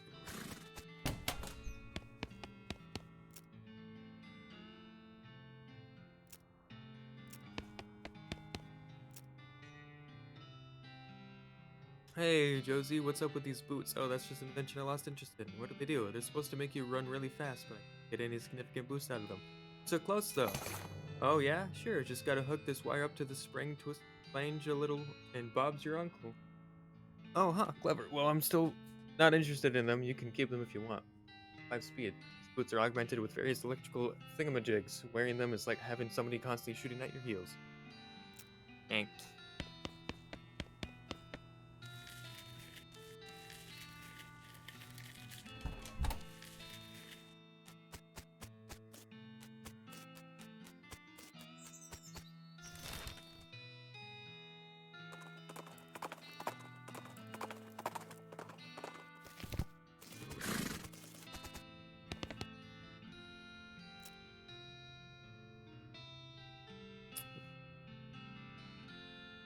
Strange silvery crystal. Master Gerald takes a strange silvery crystal, cuts it and polishes it, and sets it in a fine ring. And AP. Master Gerald takes your effluvious emerald and cuts it and polishes it and sets it in a For you?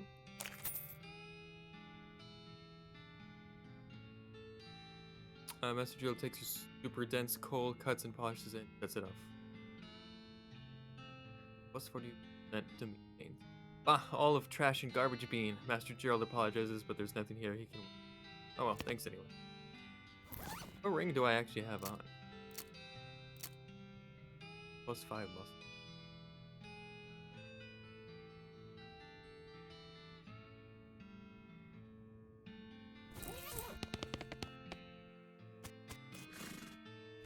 A lot of money. Oh.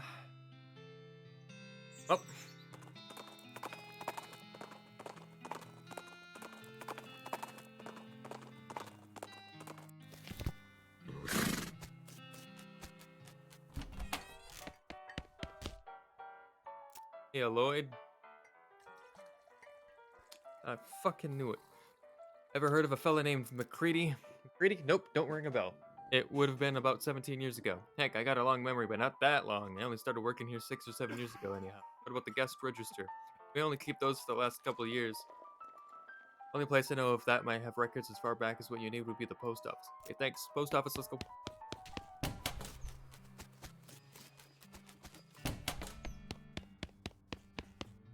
I'm Festus Thompson. Any mail from him? Nope. Darn. Trying to find a guy named McCready. Possibility he might have passed through here about 17 years ago. Passed through? We don't stamp passports here. Yeah, If you stayed for a while, I might have a forward an address. Oh, can you check, please? Alright. Them books could use a dust anyway. One sec. She pulls some big ledgers out of her desk and blows a huge cloud of dust to the air, then starts leafing through them. 17 years, around about 78 and 76, 77, 78. Ruin, Wilson, McMurphy, McCready. Got a Matt McCready. That the one? That's him. No forward an address, but you could ask at his old place just out to the northwest here. Let me see your map. Oh yeah, looks like you already got it in here. Desert House. That's the one. Thanks. Desert House? Fucking... I've been here. McCready. The dog. McCready. Up the graves. You dig until your shovel hits a wooden coffin and you haul the lid open. A skeleton blinks at you. Well, it doesn't, but anyway. Howdy? Howdy, are you Guilty McCready? Well, now, ain't heard that nickname in, what year is it? 1895. 17 years. No, I tell a lie. There was that one time 8 years ago. Name McCready like skipped the gallows during an eclipse. Heh, well now since the statute of limitations expired, I might as well fess up. Yep, that was me. Real sweet plan too. Apart from the one little hitch, it went off smooth as silk. Even worked in a little misdirection to leave the law to them other two fellers instead of me. Shows them right too, they were real murderers, not like me. I never killed a man except in a fair fight. Except for that one little hitch you mentioned. You miscalculated how long to delay the trial. So in order not to miss the eclipse, you called for a trial by combat. Oh, well, yep, that's the truth of it. You're blaming me for Mr. Rainwright's death, I suppose? My head on her shoulder, sure, but so did that prosecutor fella. I didn't rate the odds better than 50-50. Not good enough. And anyway, the trial by combat was part of her job. She should have been ready. That stinks. She trusted you. She's a ghost now because she feels guilty about losing that trial. I've spent ages trying to convince her you weren't innocent, and she backed you every step of the way despite the fact that you got her killed. You don't even care. Hell, you bite your tongue, sonny. You don't know me. Don't care? I did what I felt I had to do to stay alive, and I felt damn guilty about what happened to Miss Rainwright. But I ain't taking all the blame for it. No, sir. She'll tell you herself she should have been better prepared, just like she told me that day, apologizing with her last breath. I gave up gunfighting for her. Gave up the only thing I lived for. That's how I felt about it. You gave up gunfighting? Weren't easy, but I did. Bought this house, bought this land, raised some chickens, and had a little vegetable garden. Place has gone to hell since I died. That's a shame. Anyway, I never fired my pistol again. Not even at a damn fence post. That's not what it says on your grave. Oh, read it again. That's the fella what killed me, having a little ironic joke, I reckon. Someone killed you? You're the only second person to track me down. The first one was 9 years after the trial. Vic Timsbury's brother hunting for revenge. What happened? He challenged me to a duel. I told him I ain't doing that no more. He asked again, and I said no. And he hollered at me, and I took my pistol out of the closet and threw it at his feet so he could see how the cylinder was all rusted shut. Then he cocked his gun and asked me one last time, and I said no. Last thing I remember is the bang. Jeez. Kinda him to bury me though. Guess you weren't all bad. Do you want to see Felicity again? I could take you to her. Ghost.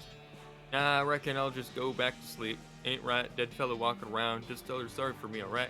Here, you can give her my pocket watch. She'll recognize it. That guilty McCree's fancy silver pocket watch, even after being buried for 9 years, it still times the hours. 50%. That's nice. Alright. Bye, McCready. So long, fella. Close the coffin and fill the hole back. Well, damn. Right, well, back we go. Oh, case closed. We figured it out. All it took was going to dirt and water.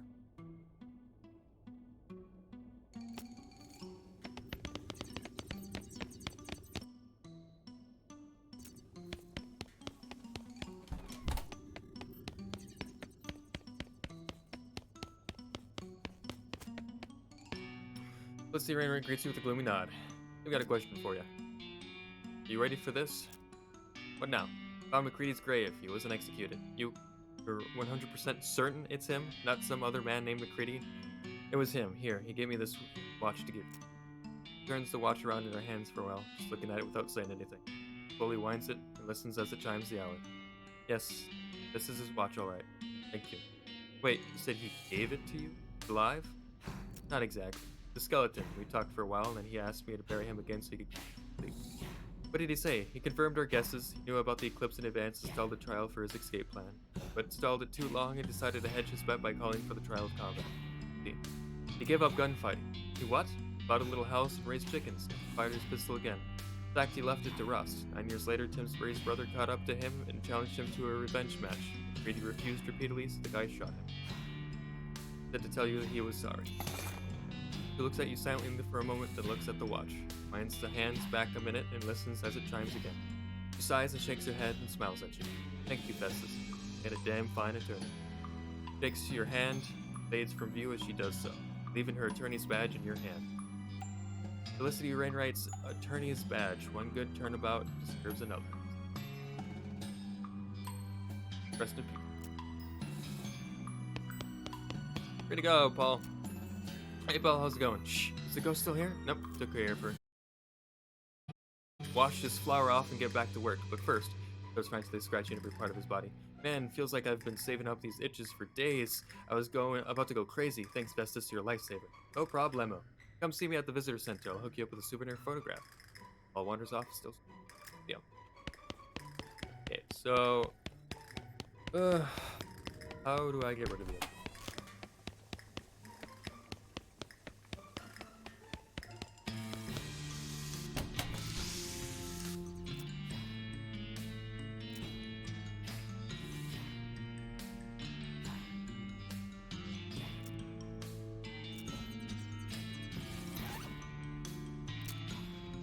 I have to make the silencer.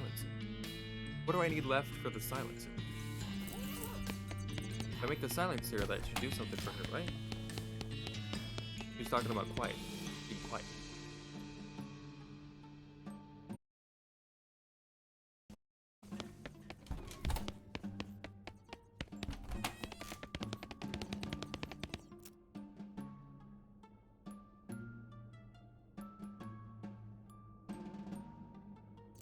Get a tin can.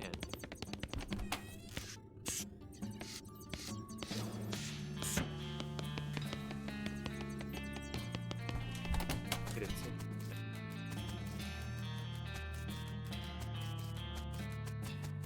Probably try to buy one. Or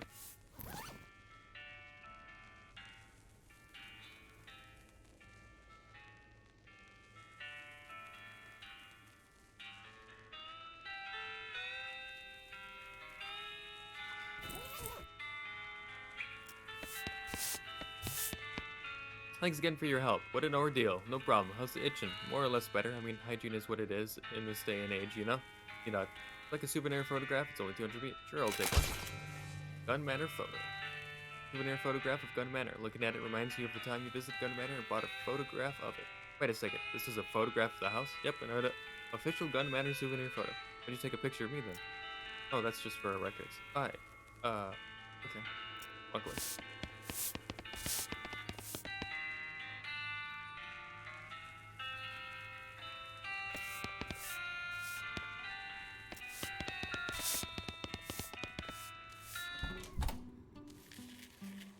The snacks person. Oh, it's the guy in them.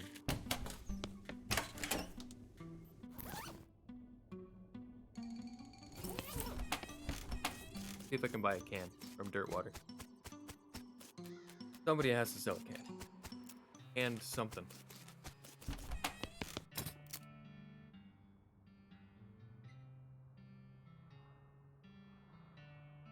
Yeah. You have these.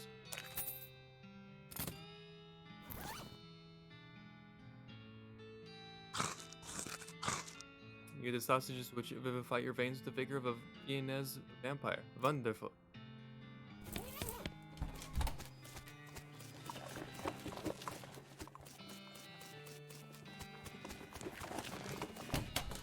Hey, how's it going? Well, hey there, Festus. Welcome to my shop. Looks like you've gotten yourself set up pretty nicely. Sure have. Here, let me give you a little something as thanks for helping me out. Have a sharpening strap on the house. One of these, a little elbow grease, and a little imagination, anything can be sharpened. Decrease the damage of your weapon. Thanks. Let me know if there's anything else I can do for you. Sure. Goods.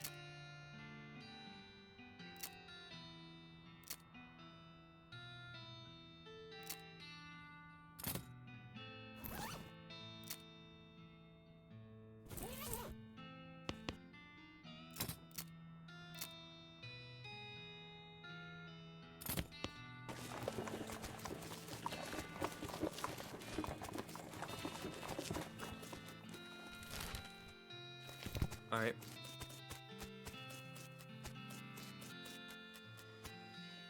Buy some flowers.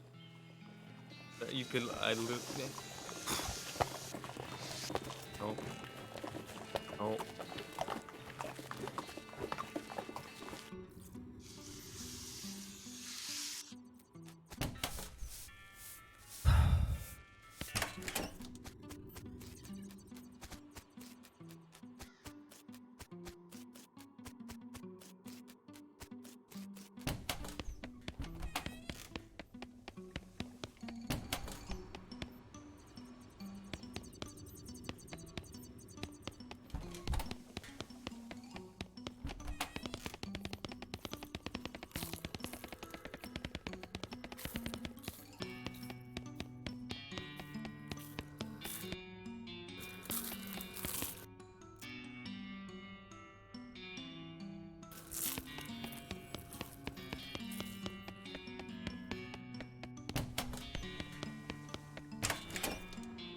I might just straight up kill this guy.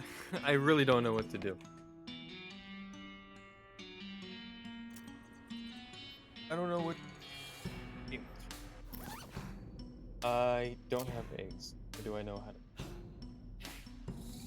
There's something.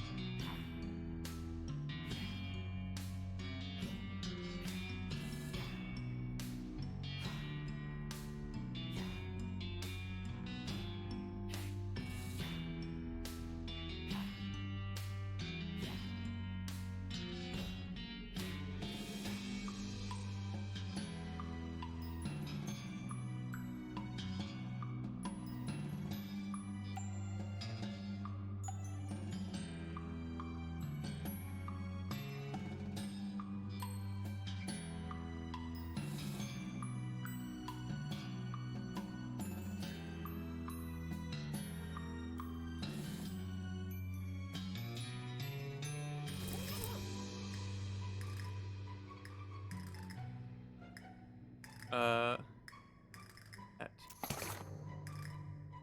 Generate 3 HP per round of combat plus 3 armor. Not really laurels, but if you describe a wraith as being a wraith of anything other than laurels, people fled to their door at Crimbo rather than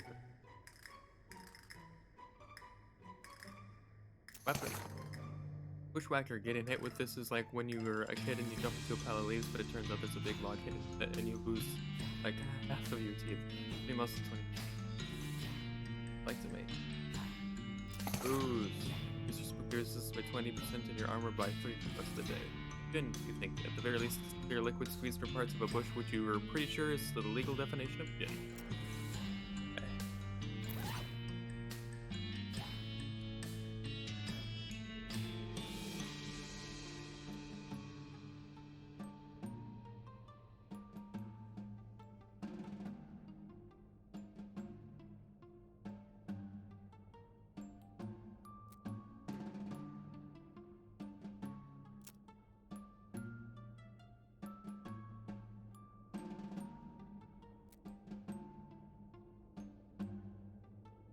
Alright,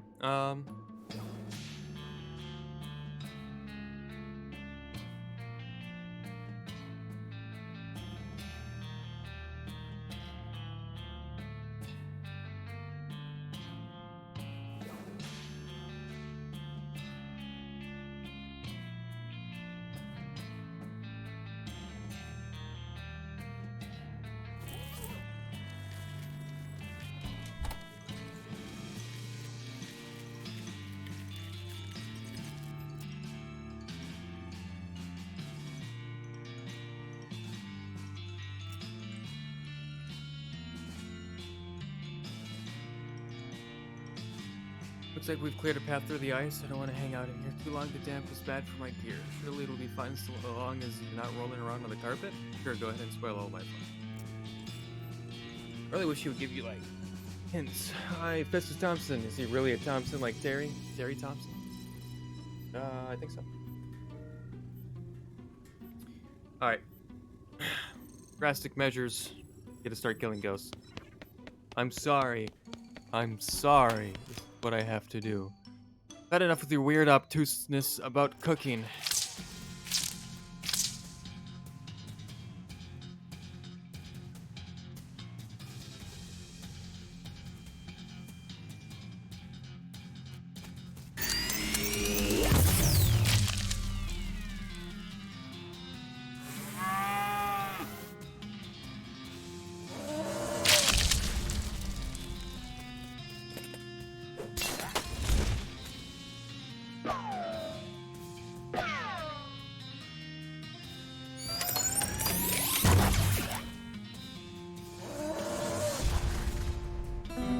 Victory. That ghost head has poached his last. Hooray! The little placard on the stove says chili stove. How very specific. Use it. You need a bowl of chili to give to that ghost in the dining room, and this stove seems relevant to that need. Unfortunately, ever since your conversation with him, you're not even sure how you know what chili is anymore. Maybe do some research. Rabbit! Okay. Lard. Most lard you've ever seen in a vessel. Lardest. Full pots and pans. Wait, there's a larder and a pantry? Go in. Like a pan. Hi, this ghost is running around like crazy, or hovering around like crazy, searching the racks of pants, or trousers if you prefer, but we say pants here in the Western Territories.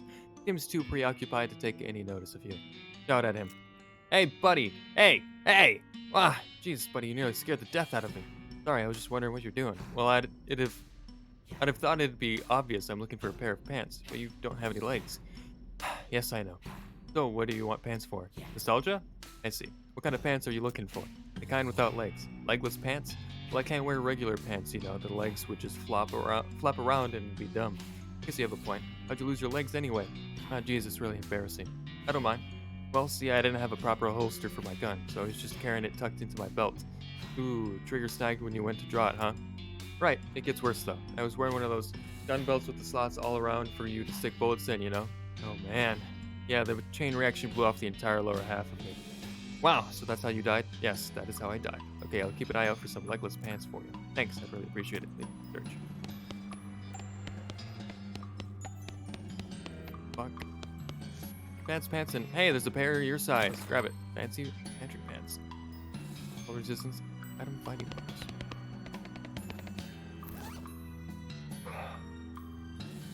Where am I supposed to find pants that is? Not pants. Shorts. Where am I supposed to find shorts?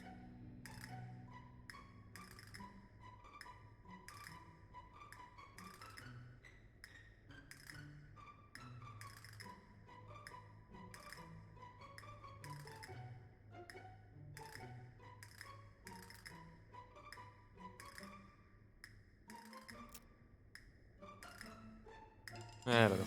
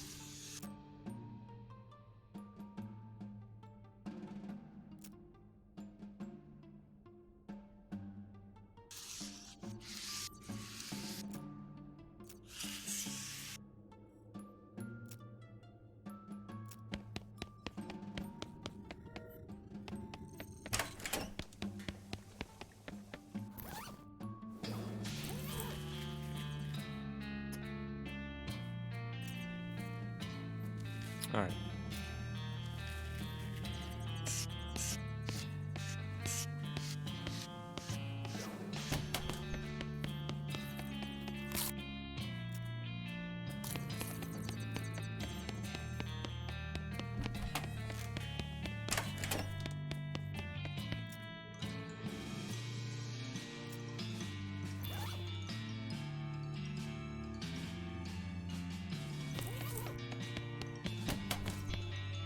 Shovel is almost all fancy French stuff you're afraid to eat, but there's some caviar. You've always been curious about stuff like and caviar.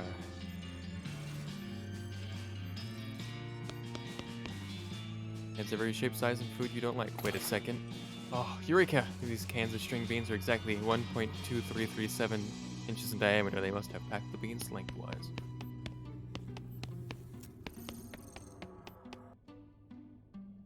Oh, weird. What you thought was a framed photograph is actually a window. Why does the larder have a window? And why is this ghost standing motionless in front of it as if he were a framed photograph? Excuse me. Hello? The ghost ignores you. Grab him by the shoulders and shake him. Grab the ghost, somehow, and shake him until he rattles. Please cease this activity at once. Sorry, I got a little carried away. Not that I have your attention. Now that I have your attention, how about telling me who you are? You don't recognize me? Jean-Francois Lardest? Nope. Zut, I knew simply mimicking the photograph would not be sufficient. Without it, how will anyone know I'm the most famous Frenchman ever to visit Gun Manor? A lot of Frenchmen visited. Besides having the distinction of being the most famous Frenchman to visit Gun Manor, I am also the first Frenchman to visit Gun Manor and the last as well. Gosh, how did you die? I was posing for a photograph to commemorate my visit here, and that fool of a photographer fouled up when preparing the gunpowder flash. Fouled up how? He left a bullet in it. I see. I must have this photograph. Such a face as mine must not languish in obscurity. Alright, I'll let you know if I find it. Eat it.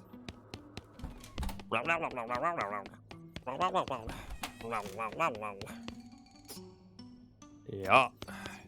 Yeah.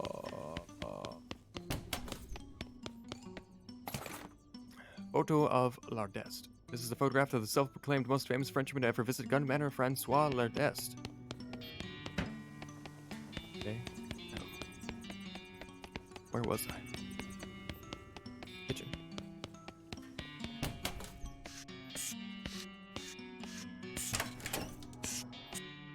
So you have returned. Have you recovered the photograph I require? I found an old photo that actually looks like you. Here. Ah, marvelous. What a resemblance. Yeah, it's a pretty decent pic. Good thing light travels faster than bullets. Now my image will not be lost to the ravages of time. Merci beaucoup, my friend. Hangs the photo in the window and dissipates into nothingness. Off Wiedersehen. Auf Wiedersehen. That was German. But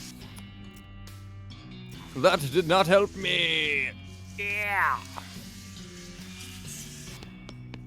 Alright, how many more ghosts do we have? How many do I know of and how many do I not know of? 2 left on the first floor, 1 left on the second, and 1 third. Yes. Yes. Thanks. Back to the basement. Free to make. The silencer. Take it up to the library. Hope that that's enough. Otherwise, I have no fucking idea, and I'm just gonna shoot the librarian with that gun. Look over the tools on the bench. You could definitely make a silencer here. You've got the right size tin can. You've got some stuffing of the appropriate density. Make a silencer. You drill a hole in each of the end of the can and carefully remove the beans. Then you soak the stuff in a vat of acoustic dampening chemicals and carefully jam it into the can. Voila. Nice. Upstairs.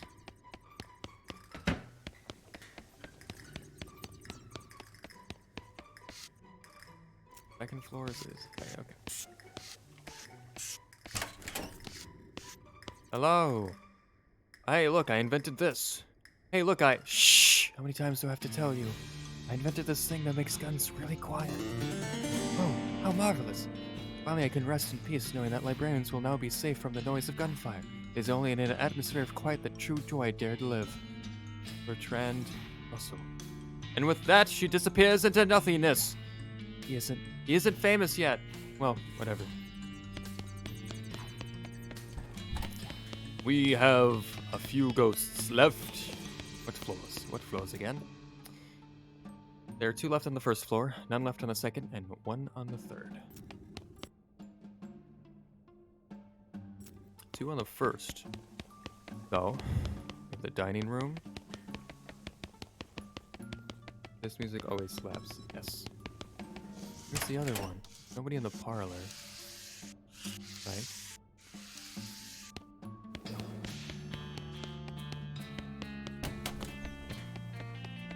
There's somebody in the cellar?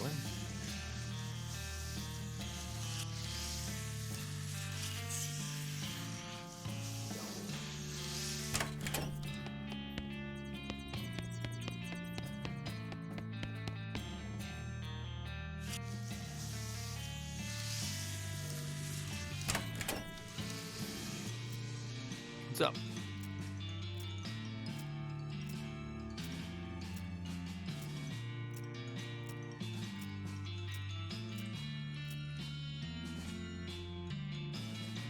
Goodbye. Oh, whoops. Guess this does take some practice after all.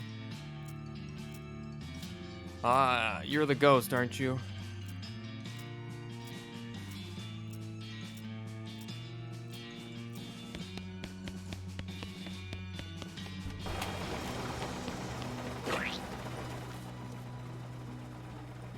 Oh, hey. Found a souvenir token. Token says it can be redeemed for 1 souvenir. Seems like they could have cut out a step and just sold you a souvenir directly.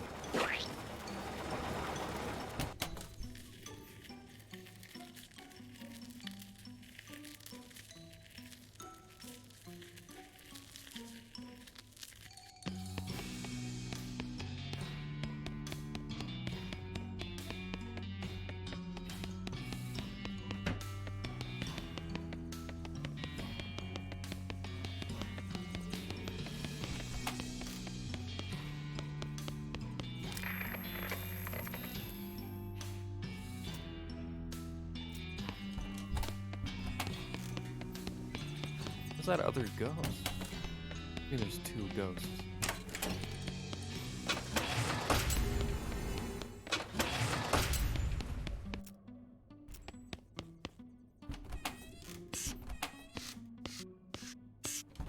Oh yeah, there's this guy. Well, taking it into my own hands. Sorry, sir. Gonna have to kill you.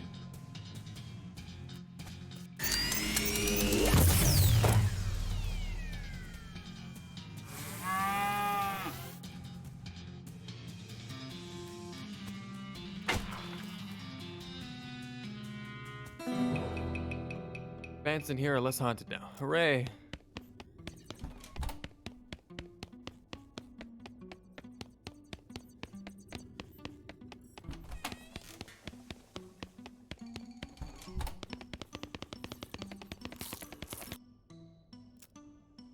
Decided to hell with your Jilly and also you. I'm sorry. Sorry. I just have to. time's sake.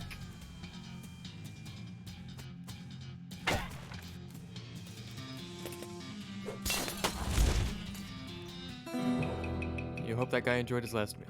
Ray. Thank you so much for dealing with that ghost. I'm exhausted. What were you even doing? He kept demanding ghost food, but I don't really know how to cook except like nachos and popcorn. Just the regular kind, not ghost nachos and popcorn. But he was really insistent, so I figured ghost food is probably invisible, right? So I just pretended and gave him empty plates. Guess it worked, even though that doesn't really make any sense. Huh. Anyway, thanks again. I work at the snack bar in the visitor center, so see you around there. Okay, see you later. Alright. 3rd floor. Let's deal with this final ghost.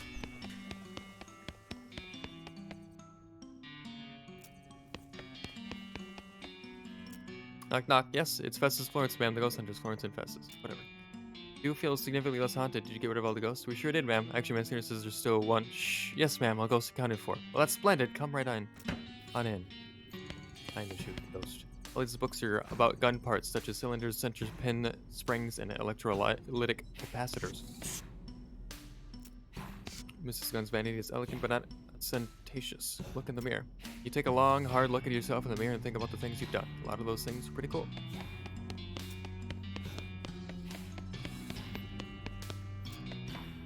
Sign of this case is breaking case of attic. Break. Attic opening stick.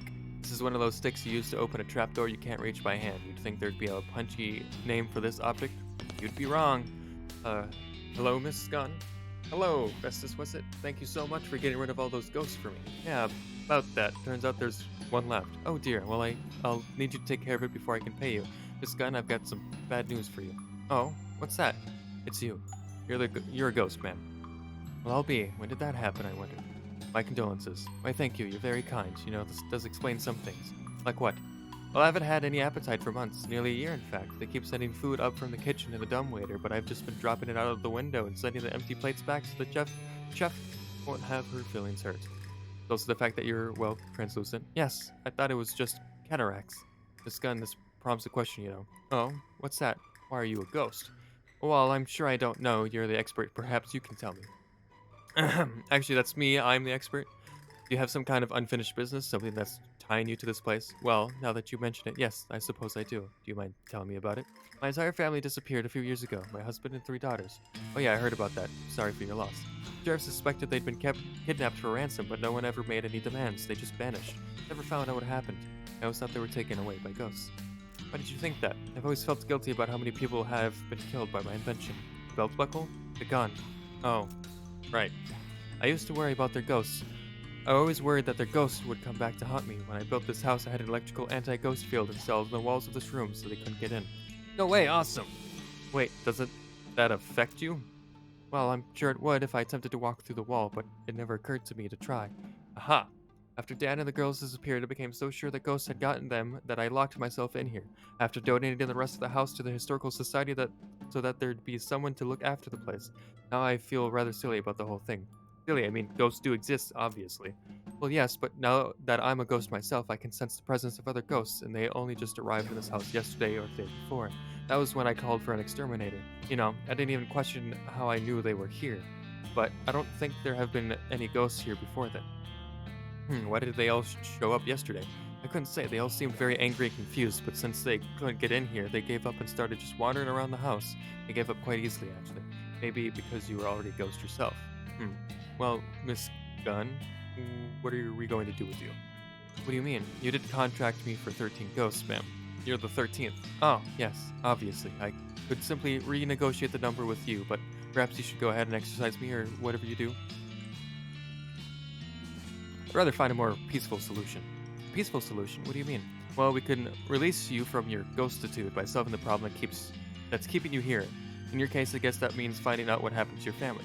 Oh, well, I would be very grateful if you could. I assume they're dead. To be honest, I think I've gotten used to that fact, but I surely would like to know what actually happened. Alright, I'll see what I can do.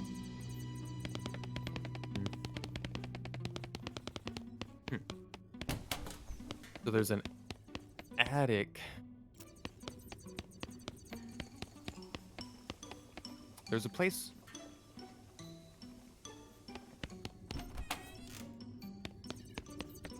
Where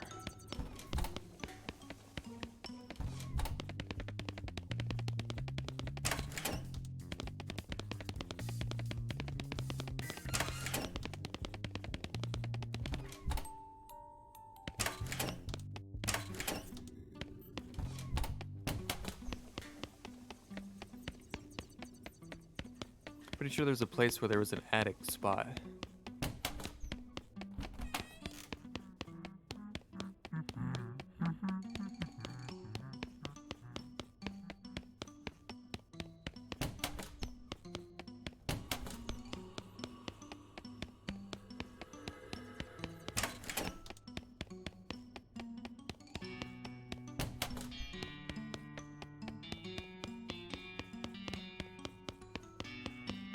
But where?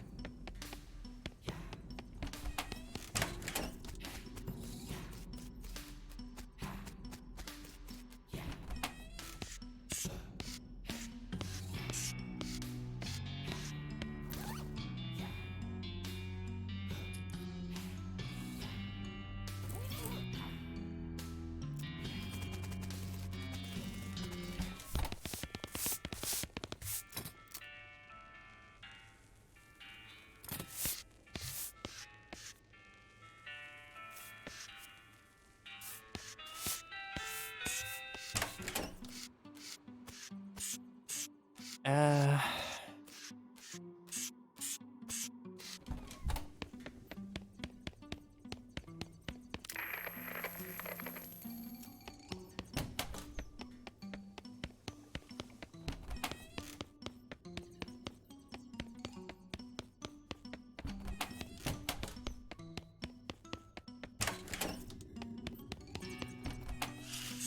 Where the fuck would an attic be? I thought the logical place, which would be upstairs. I didn't find anything though. Could have sworn I've seen an attic somewhere.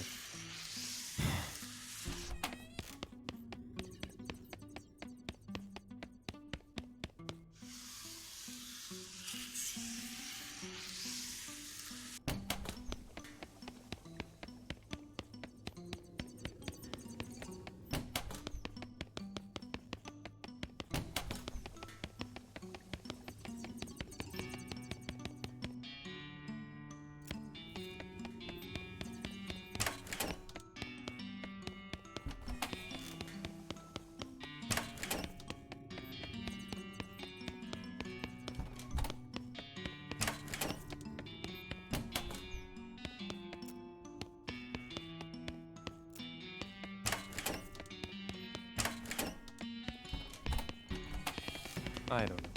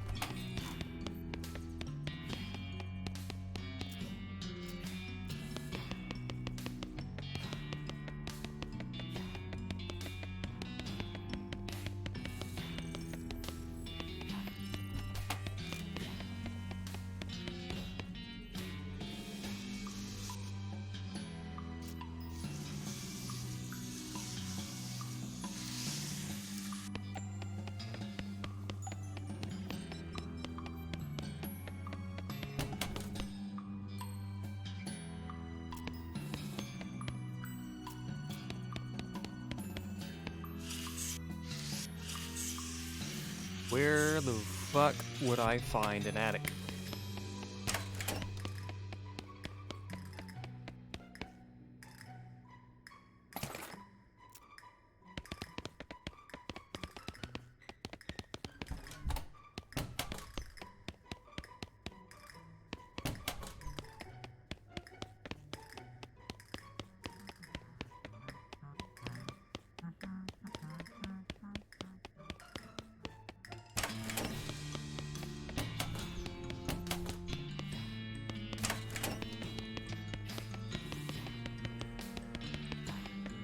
There it is. There's a trapdoor in this thing here, and you just happen to have just a stick to open it.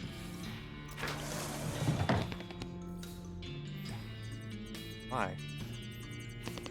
This is not just as it goes. Hey, who the heck are you? I'm Festus Thompson, but since I'm the guy who's apparently hiding out in Miss Gunn's attic, I feel like you ought to. Odd. But since I'm not the guy who's apparently hiding out in Mrs. Gunn's attic, I feel like you ought to be the one answering that question. Who am I? Well, that's just freaking typical. I'm Chet Bullet. Damn it. Am I supposed to have heard of that name before? Yes, you damn well should have. Mrs. Gunn's invention would have been nothing without mine. Wait, let me guess. You invented the bullet? Phew, I thought for sure you were gonna say belt buckle again. Oh shoot, now I want to change my guess. You're damn right I invented the bullet, but I was her assistant, so did I get any credit? Hell no. Okay, well,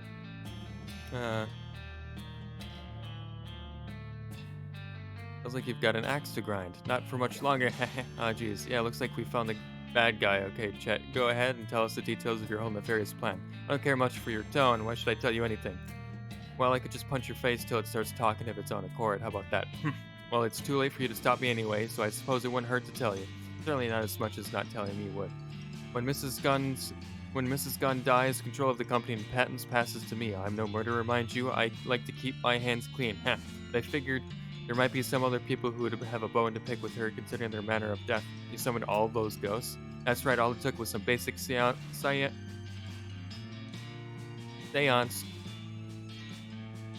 Equipment wired up to the house's belfry for amplification, snapped for a mechanical genius like me.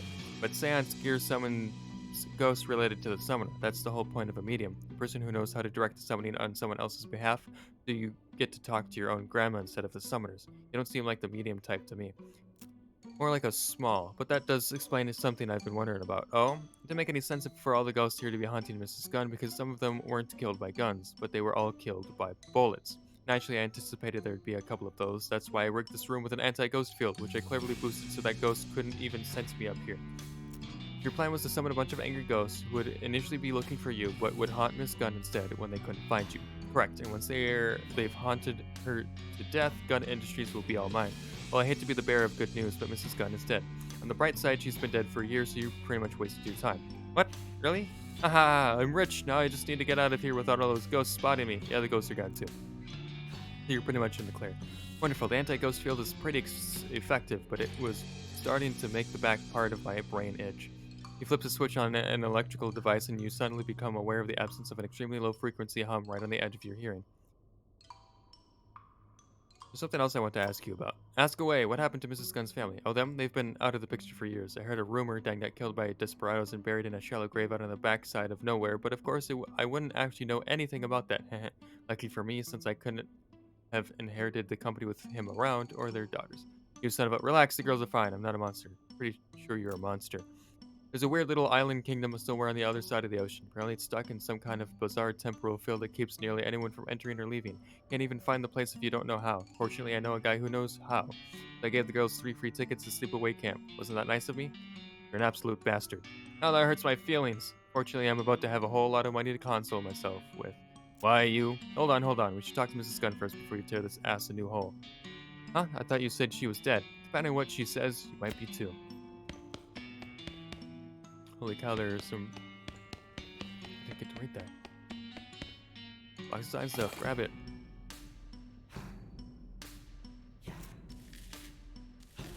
Bring him!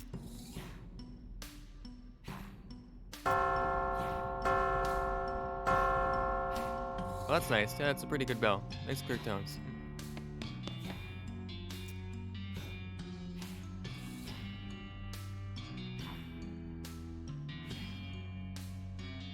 I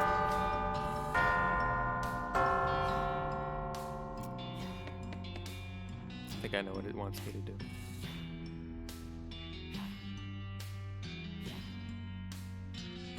Oh, I can't.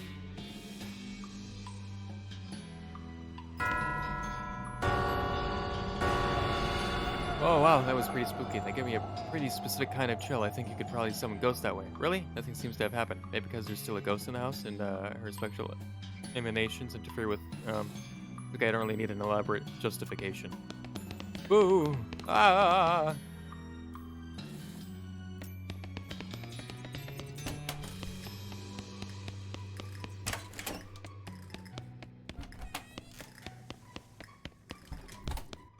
Hi, Miss Gunn. Hello again. Have you managed to find anything out?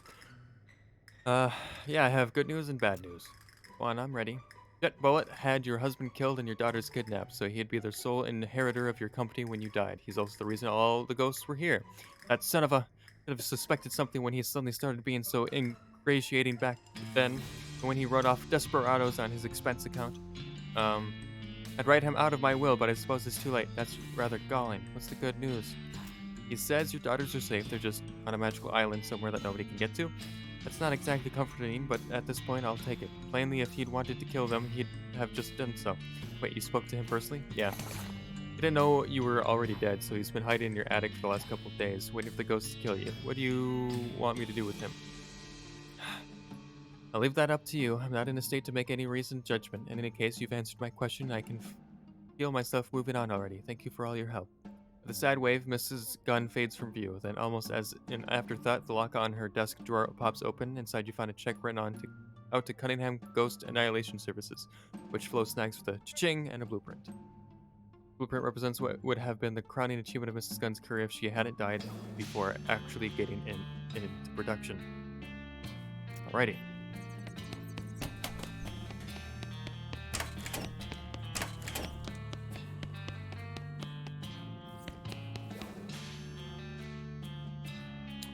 Well, are we finished here? I've got business to run. That's gonna be tricky with all the internal bleeding. Okay.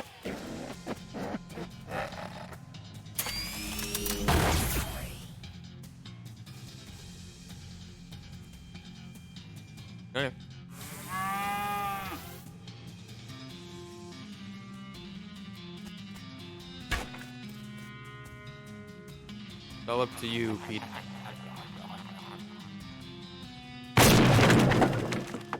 Oh, dang it. Okay, I give up. Good job, Pete. Chet falls to his knees. You decide to let him dangle for a minute while you rifle through his stuff. Bullets. Hooray! You beat the hell out of Chet Bullet, then hog-tie him and drag him down to the visitor center. The employees assure you they'll hand him over to the sheriff of whatever jurisdiction this is. Good. Well, that's it. You reckon you've brought some reckoning to Gun Manor. Not the best possible reckoning, mind you, but maybe there's a better way to deal with Chet. I mean, there definitely is a better way to deal with Chet. I don't know why I said maybe. Anyway, feel free to poke around the grounds looking for loose ends to wrap up, but you're pretty much done here. Thanks for playing the reckoning at Gun Manor. Cool.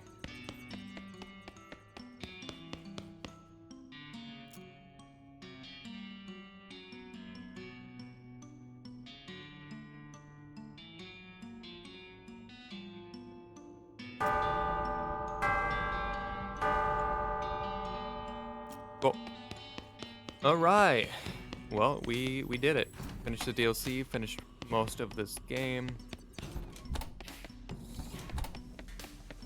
And we're done.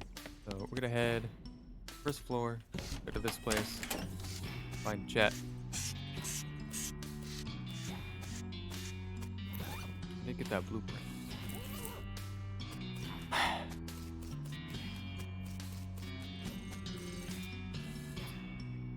Some science stuff. Oh, I love science stuff. Don't mention it. Hey, look at this. It's one of those new Eldritch vacuum batteries Maggie Mech Tech is making. I didn't think they were available in this region yet.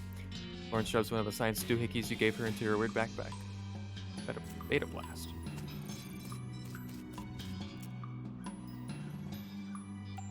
That's it. Alright.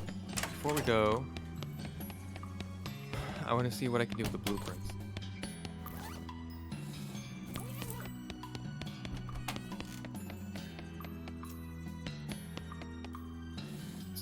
Make Mrs. Gunn's opus. 9 muscle, 9 mysticality, and 9 moxie. This is the best gun Mrs. Gunn never got the chance to make. You vow to commit so much violence in her name. Bunch covered with... Yep. Is that better than what I have? It is. Nice. Alright.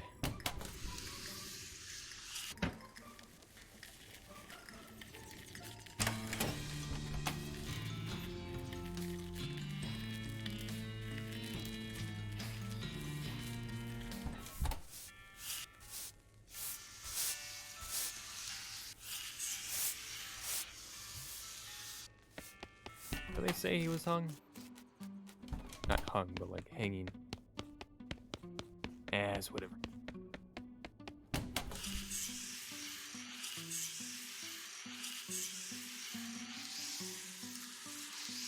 well, that is it. So, I'm gonna end this there.